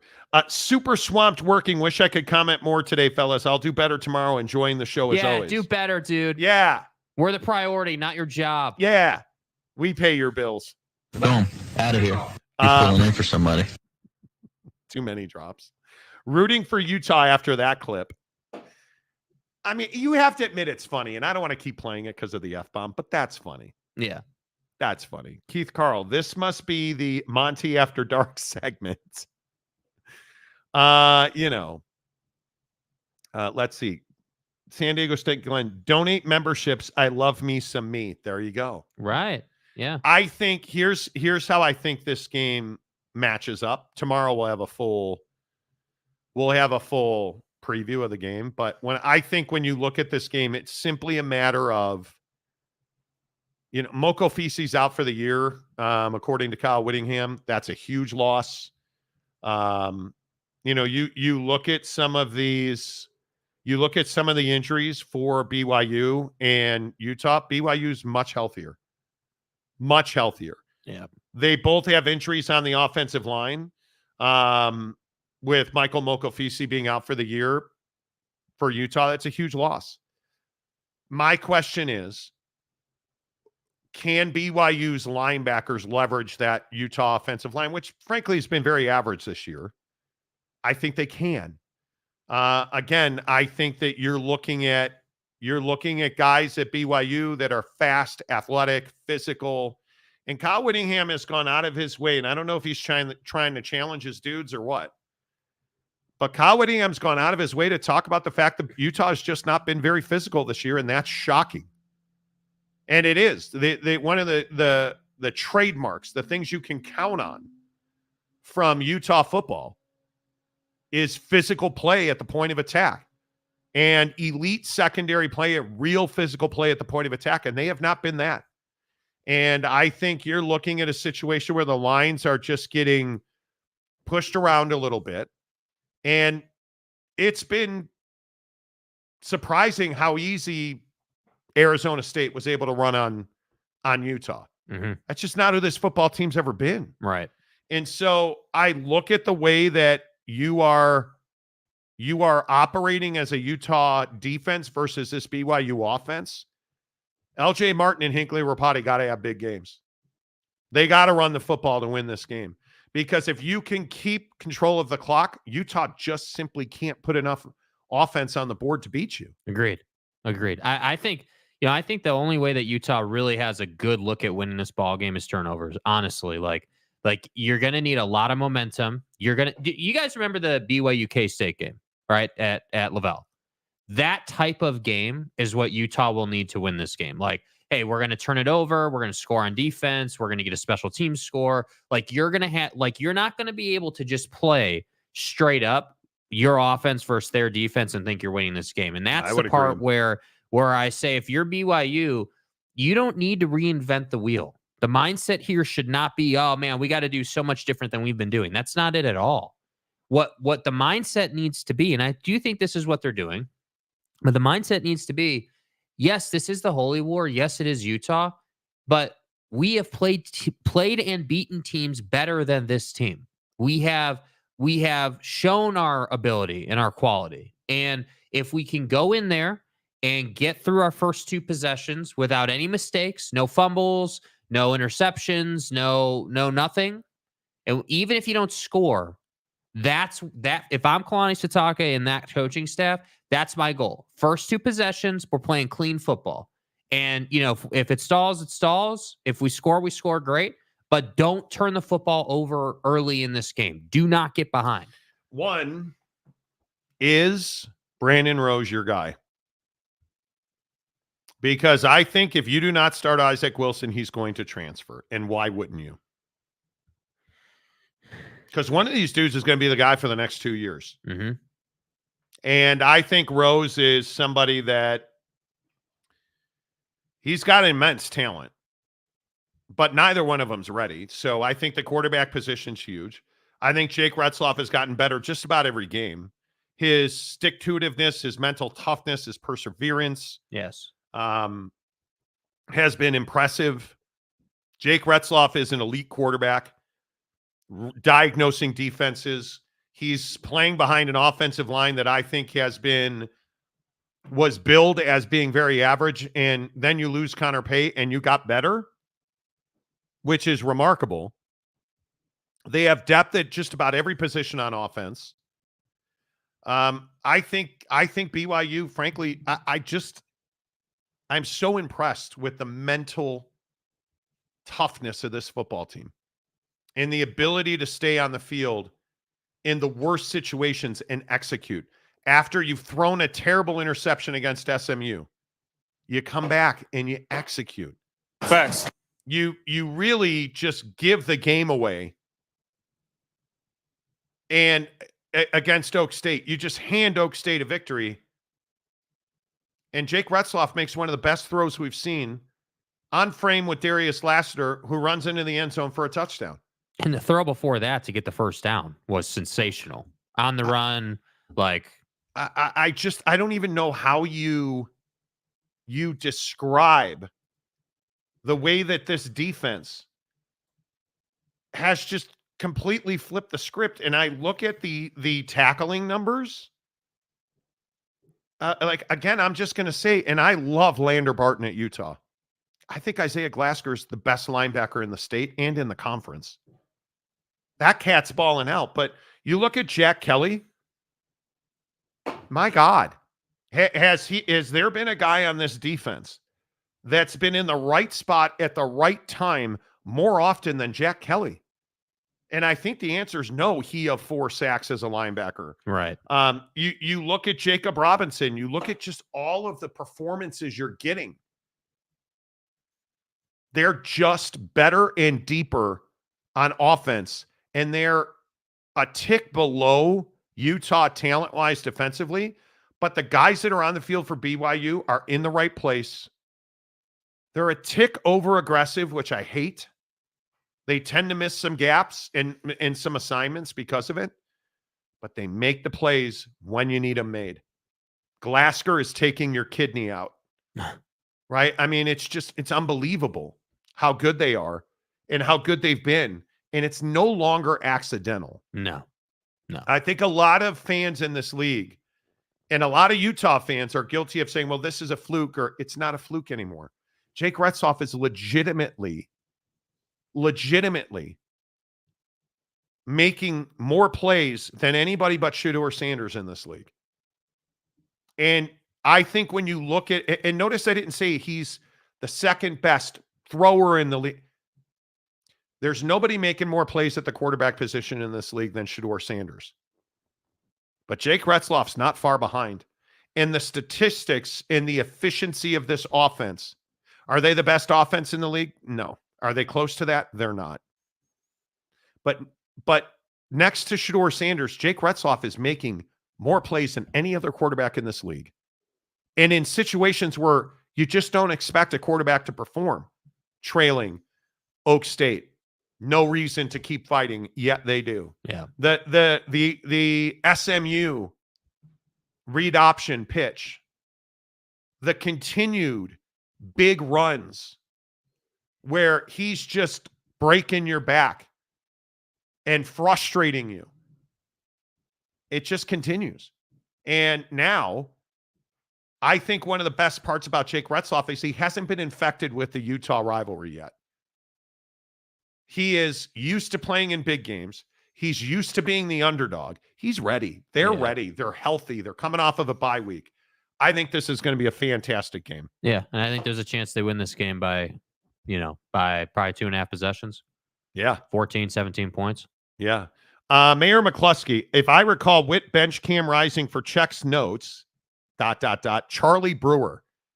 It's the noodle arm quitter quarterback, please. Coaching probably going to lose it again for them. I am not. I think that Kyle Whittingham has, as a matter of practice, failed to execute at the quarterback position. Yeah. It's a talking point in Kyle's legacy. There's no doubt about that. And Charlie Brewer was a tragic period of time for this team. The eye patch. The TDS defense brought to you by former Ute Jay Hill. Who cares? Bro, there's mingling all over this thing. Utah's decade of dominance brought to you by former BYU Cougar Kyle Whittingham. Like, who cares? Yeah, what do you mean, dude? What are you talking about? The Utah team brought to you by former Coug Kyle Whittingham. Yeah, Thank you. Like, what do you mean, dude? BYU paying Witt to tank the season. The eye patch, the TDS 84 championship brought to you by Utah State. What are you talking about? I wouldn't read his comments. You get to this point where you say some of the stupidest stuff in this rivalry. Like it's what are you talking about? What are you talking about? It's ridiculous. I forgot about good old noodle arm quitter quarterback. He was not good. I think everybody forgot about him, bro. He was not good at all. Yeah. And we'll get a lot more into this tomorrow, but yeah. Who Utah starts at quarterback, my goodness. How critical is that decision? Yeah, well, and I think it'll say a lot about like where they see this program going. I mean, I think this conversation about Isaac transferring if he doesn't start, I don't criticize or blame him for that, but I think for the Utes, like that decision and who they decide to go with will tell you how they see things moving forward. And you know, I again, this is just my instinct, gut feeling, my opinion. You know, I think it'll be Brandon Rose, but we'll see. We'll see who they decide to go with. You know, obviously, and again, not criticizing him. Witt's been very close to the vest with it. As he should be. You know, wouldn't want to give BYU any type of advantage, you know, on that front. So, you know, we'll see. I think the good news is for BYU with this quarterback situation, when they're looking at it, is like it's not like there's a stark talent difference between these two. They can both throw it. They can both run a little bit. Like they're kind of similar in that way. So it's not like one is like a thrower and then one is like run first. You don't have that issue. So that's what I said. I think for BYU, like BYU needs to focus on themselves in this game. That's where I think teams tend to get lost when they go to Rice Eccles. They focus too much on the Utes and they don't focus enough on themselves. And they just get lost in the sauce in that stadium. And if you go out and again, and we seemingly talk about this every week, you execute the fundamentals, you know, which is, hey, show you can run the football first. Then secondly, you're going to try to get Jake going early with some shorter completions. Let him get his rhythm. And then from there, you want to open up the playbook. And I think if you can just simply stretch that Utah defense out a little bit, you're gonna be able to do, you know, a lot of what you want to do. Yeah, and I mean, listen, again, I will simply say that Brandon Rose is a Southern California quarterback, Murrieta Valley, and he is somebody that the guy's a pro-style quarterback, and yeah. I think he runs enough to keep you honest. He's a really good thrower of the football. So I would be surprised if he didn't get the lion's share of the reps against BYU, but stranger things have happened. Yeah. I don't know that Isaac Wilson can recover at Utah if he doesn't start this game. Because what it means to beat BYU, what it would mean, because frankly, if we're truth telling, I think this is going to be a very tight game. I don't see a blowout. I think I probably give too much respect and credit to Utah's defense. I don't see a blowout. I think this will be a tight game. What it would mean to complete the pass and finish the drive to beat BYU and end their hopes of a college football playoff berth would be. Do you know what that would mean in the history of this rivalry?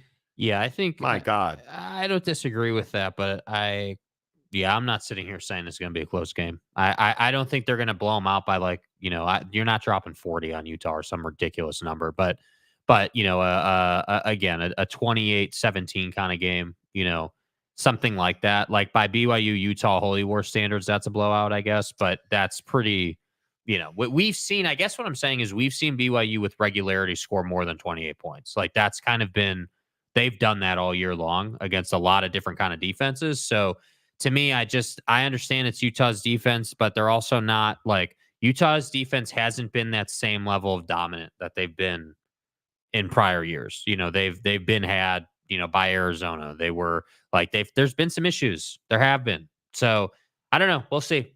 We'll see. How long are they out on the field? Again, another key factor with the quarterback decision. Like, you can't have your defense out on the field for 70 plays and think you're going to win the game.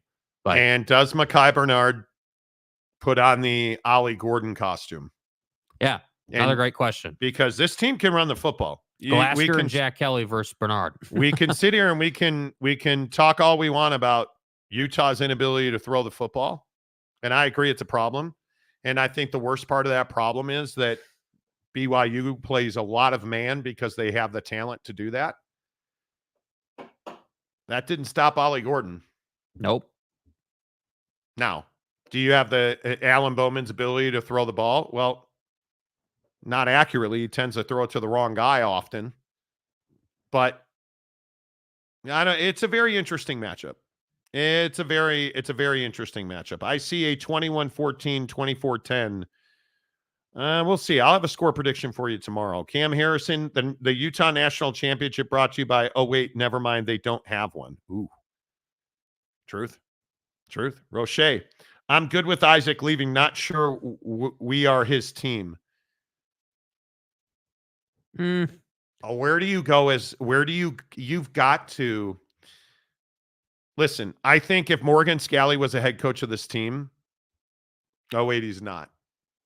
He's not. And I think that it's going to be very interesting to see what Kyle Whittingham does to fix the quarterback position, because you can't tell me Witt's hanging around for, or getting ready to leave or retire after this season. I just don't buy that. No way. That would be stunning. But again, who knows what he's thinking?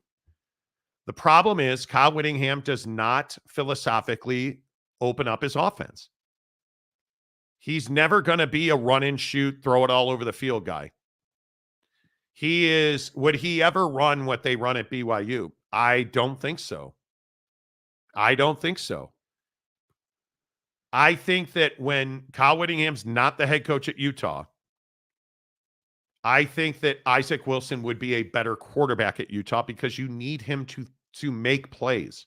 He needs to be able to run around, throw the ball, and make mistakes. The problem is he's not allowed to make mistakes at Utah because he's made so many at this point. Oh, and expectations are through the roof. He's a true freshman. Yeah. I think Isaac Wilson is going to be a phenomenal quarterback at Utah. I hope he does not transfer. Yeah. You're not stepping up from Utah. You're stepping down. So almost siesta time. Okay. Mayor McCluskey, Isaac is going to be really good. Eye patch, you're right, and it counts as one. Hilarious. I mean, eye patch, I just don't understand why you can't be normal. You're a really smart football fan, and then you say stupid stuff. Yeah. That just makes it unenjoyable to read your comment. Mayor McCluskey, hey, at least Utah Utes have 2 Rose Bowl losses to hang their hats on. Justin Bingham, Retzloff greater than Zach Wilson? No. We don't need to do that. We don't need. Remember, everybody was like, oh, Zach Wilson's better than Steve Young. No, we don't need to do that. Jake Retzloff is a phenomenal quarterback in his own right. How long have I been singing the kid's praises? Yeah, I think that the inherent issue with comparing the two is their games are just so different. I think that, Jake is someone who's really developed himself and really like grown into his abilities and not just like over the course of his career, like this season. I think the big thing with Zach that I noticed was that the development portion wasn't really there for Zach. Zach just was who he was, and he was good enough, and it's cool, great. And Zach also had the benefit of the pandemic, and there were some things he went through, and okay, cool. But I don't think it's fair to Jake to say, well, Zach was this or Jaron was that, or whoever you want to point to, like Keaton Slovis. Like Jake Retzloff is doing something none of those dudes did. And if that's inconvenient for you to accept, fine. But he's taking his team, and not only has he earned the job in camp, he's now taken this team to an 8-0 start. And you are now in a place at BYU that you haven't been ever. You're relevant. You're in the college football playoff conversation, and now you got something to play for in the Holy War besides bragging rights over your hometown rival. Now it's like, hey, yeah, the Holy War means something, but we're playing for something bigger. Totally. Adam Streeter, if Wilson throws 3 picks, BYU will score 35, just like they've been averaging in conference against better defenses. There is no better defense in this conference in Utah. Statistically, bears out. On the field, bears out. But I also think they've been slightly inconsistent too. Like, they're a damn good defense, but they're giving up 16.5 points a game. And if you really want to get into it, you guys understand they've only given you guys. So Utah is having one of the most disappointing seasons they've ever had under Kyle Whittingham. They've given up 15 touchdowns. Yeah. I said 15 total touchdowns. They're averaging 16.5 points against a game. And you know what the crazy part of all of these statistics are? Do you understand that they're not top 5 in sacks? They are in the middle of the pack at 15 or 13 sacks, which is 12th in the league, tied with BYU. I think the best offense, the best offense they've played this year is probably TCU. Gave up 13 to TCU, couldn't score in that game. Defense played well. The Arizona game is the one I look to as a major. The Arizona State games are both just major. Like, what are we doing?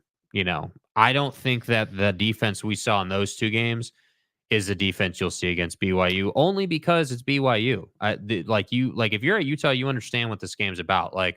So to me, my only concern with this defense is they are a really good defense. There's just some times where they're a little inconsistent with tackling, or there's just some of these weeks that are like, hey, you would think it's BYU. We're going to get that lockdown, make every tackle, force BYU into 3rd and 8 consistently, 3rd and 9 consistently type defense in this game. I think, in BYU fan, you are guilty as charged with underestimating Utah. Yeah. Their problems are not defensive. They're not getting turnovers, yet they're holding you to 303 yards a game, number 1 in the league. They're giving up 16.5 points a game, number 2 in the league. They've only given up 15 touchdowns, number 1 in the league. And they're doing that without turnovers. That's what I'm trying to implore BYU fan to understand. Yeah. Because BYU has given up 331 yards a game. And if you really want to get into it, the thing that should worry you, who's the number 2 defense in this league against the pass? Oh, that terrible, awful mid. We play better defenses. Utah's number 2 in the league against the pass. They're giving up 169 yards a game against the pass. And I would point out they're number 3 in the league in defensive efficiency behind Iowa State and BYU.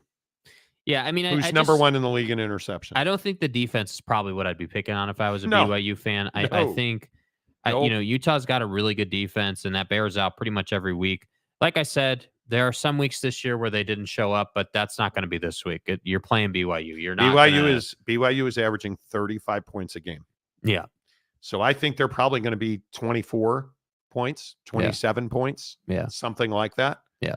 I'm just telling you, please do not sit here and think that you're going to score whatever Homie said, 35 plus points. That's not happening.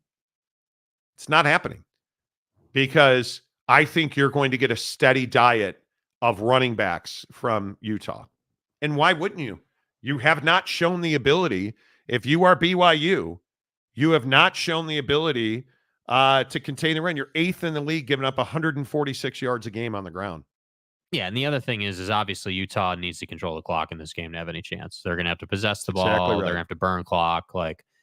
And another thing that I think nobody's brought up yet, which I think you're going to see in this game repeatedly, is this little substitution cat and mouse game Kyle Whittingham likes to play. Loves to burn the clock with substitutions. So you're going to see that in this game. I would bet money on that you will see that. And my suspicion is, and this is why I love this game. This is why I love the Holy War. Kalani Sitake and Kyle Whittingham are very close. They talk all the time. Great relationship. Like one of those relationships where it's not that they hate each other. There's a mutual respect there. And it's been there for decades. So Kalani knows that that's a thing in this game. So if you're Kalani, offensively, because this is Whittingham does this as a defense where you'll substitute and then he coaches his guys. Yeah, jog off the field, but let's do that slower jog, right? Like, hey, there's 25 seconds on the game clock or the play clock. Yeah, let's slow jog off the field and run that down to like 8, 7, 6 seconds. So if you're BYU in this game, are you not going to run a lot of up-tempo offense? A lot of no substitution offense? Are you going to run a lot of no substitution offense? Yeah. If I'm BYU, I am spreading that Utah defense out and I am throwing the ball underneath. Yeah. That's what has been able to be effective. You have got to put miles on the linebackers' tires in this game. Yes. You have got to make the Karene Reeds and the Lander Bartons, you've got to make them run. You've got to make them really work hard. Because BYU's win this year anyways, has been their ability to disguise on offense and really take advantage of zone scheme and open spaces. And we've seen it repeatedly. Big plays for BYU have come from a lot of undisciplined defense. And I think it'll be very interesting to see how are they going to disguise on offense to force Utah into, you really need Utah to over pursue.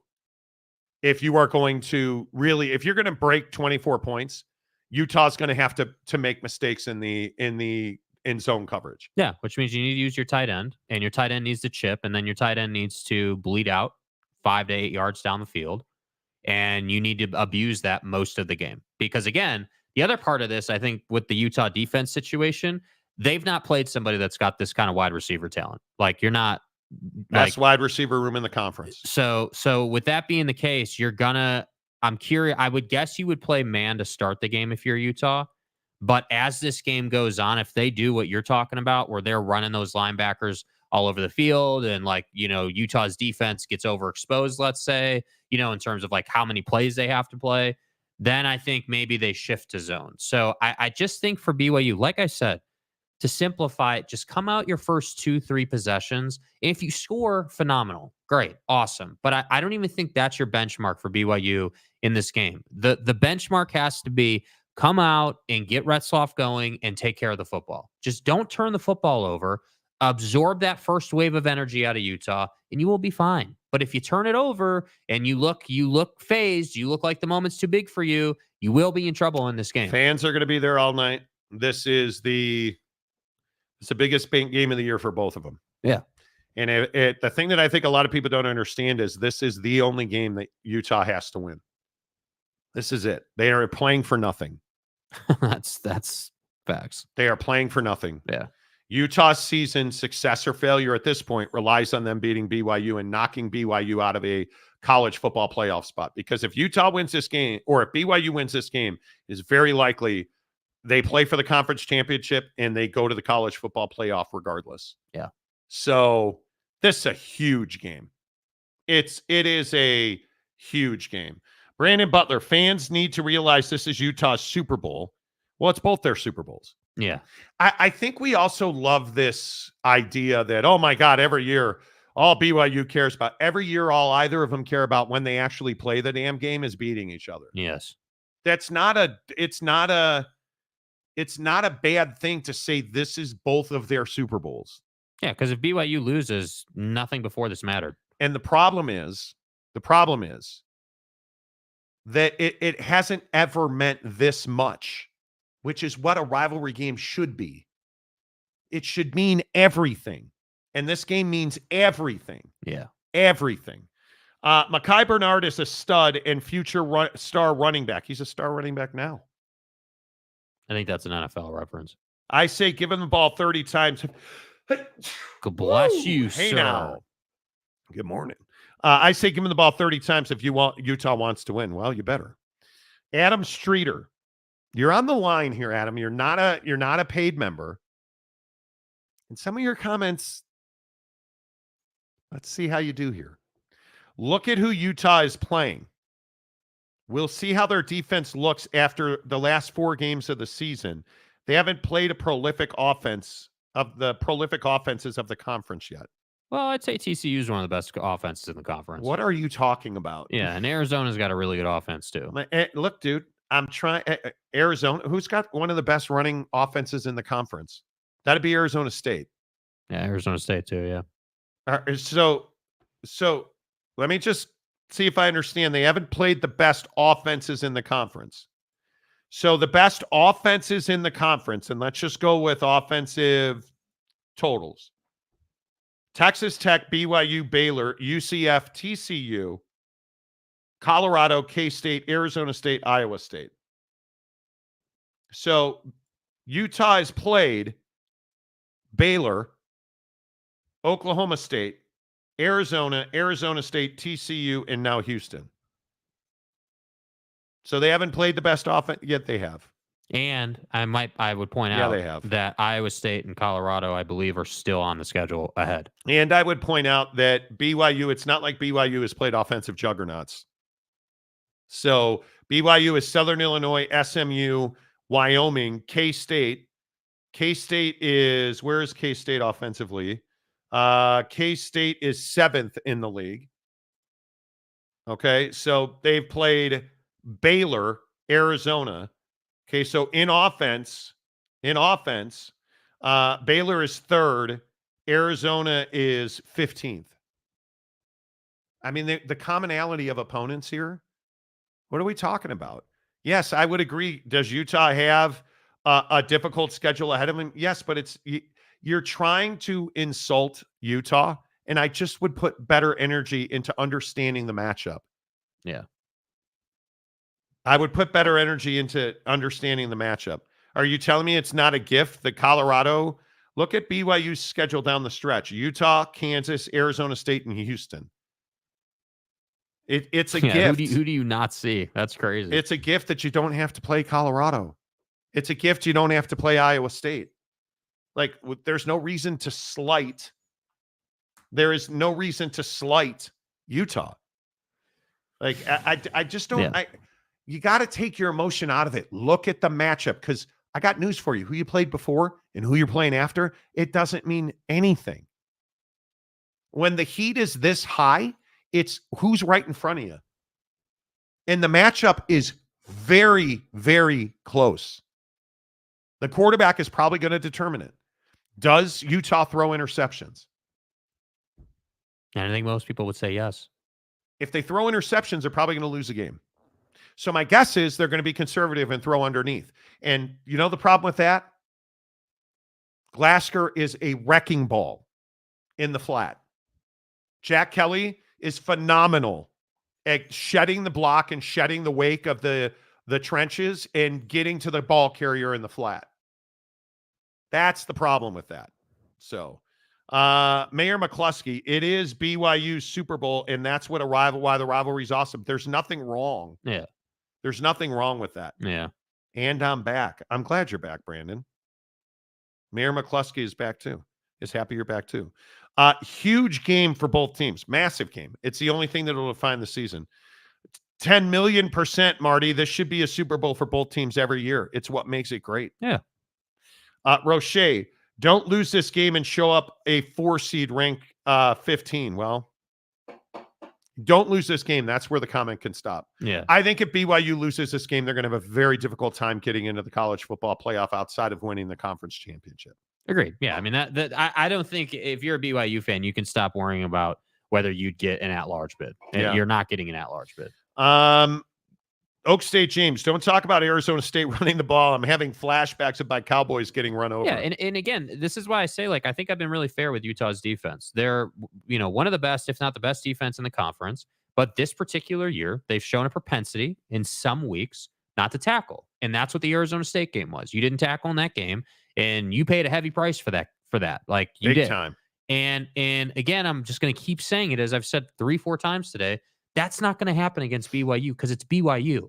You're not going to have a week where your guys just forget how to tackle. Like, Morgan Scalley with a bye week before he plays you is... Which, again, is the other thing. Both of these teams on bye heading into the game.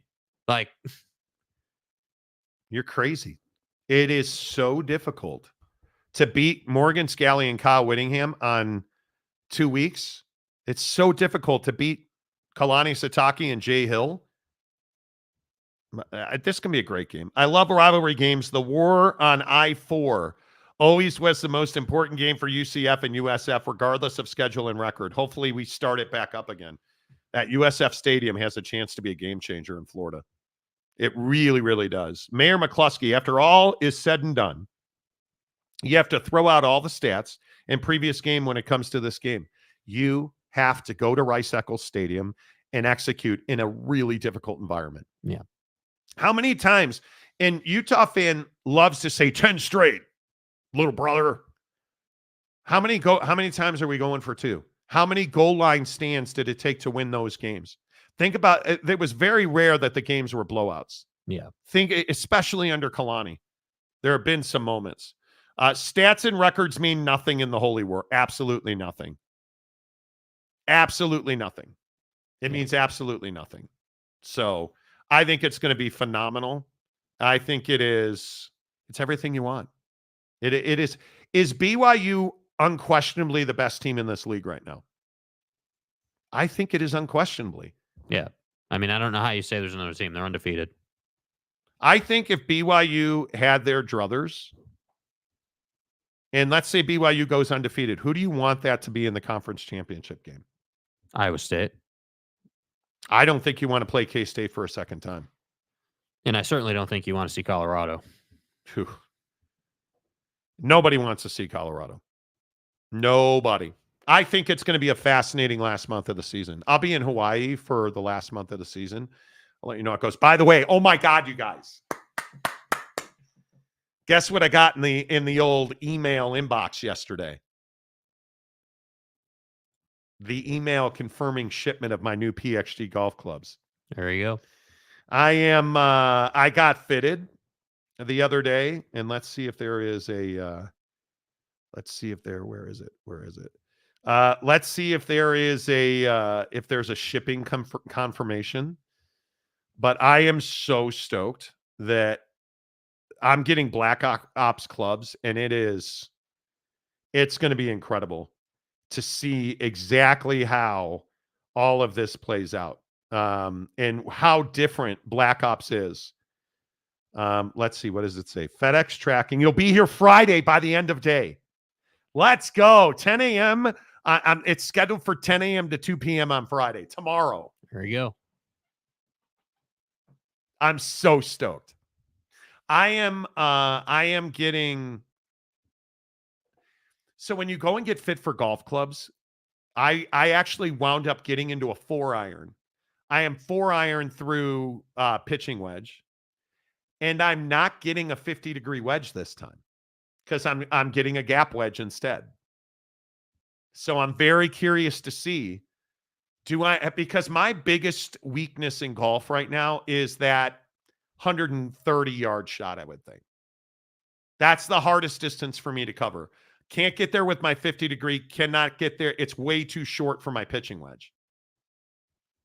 See what that gap wedge does. And by the way, stay hard. Extra stiff shafts. Mm-hmm.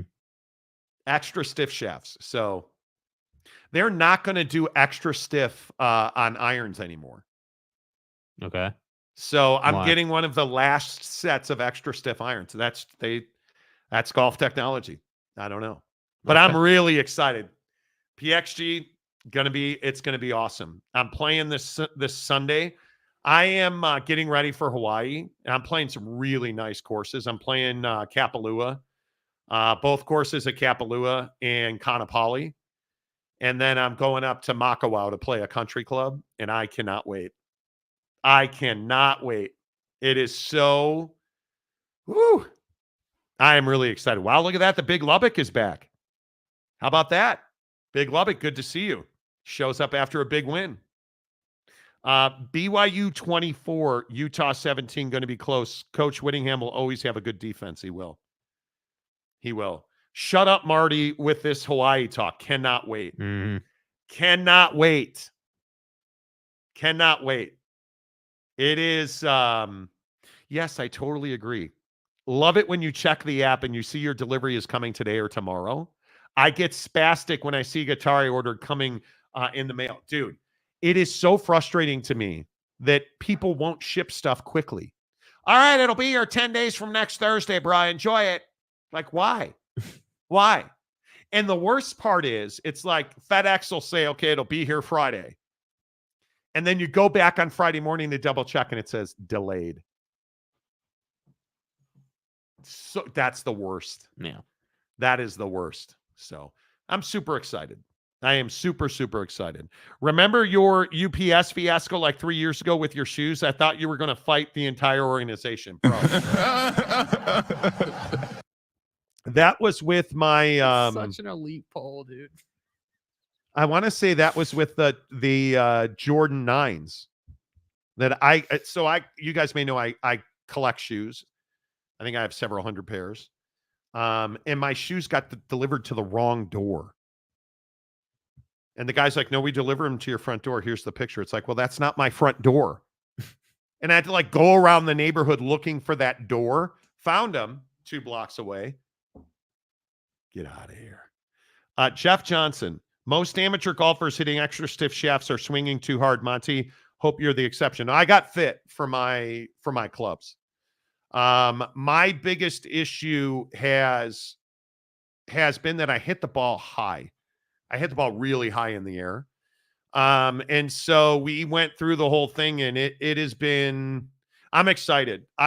We have talked about this repeatedly. You have to find different ways. You have to find different ways to handicap your golf swing.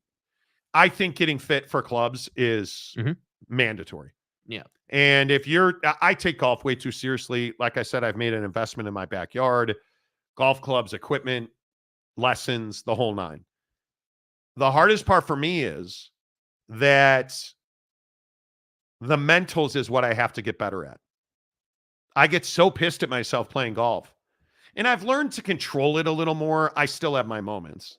I've learned to control it a little more, but that's what it is for me. Every shot in golf is not going to be a good shot, and I have to recognize that. But as far as equipment goes, my swing speed is much higher than most.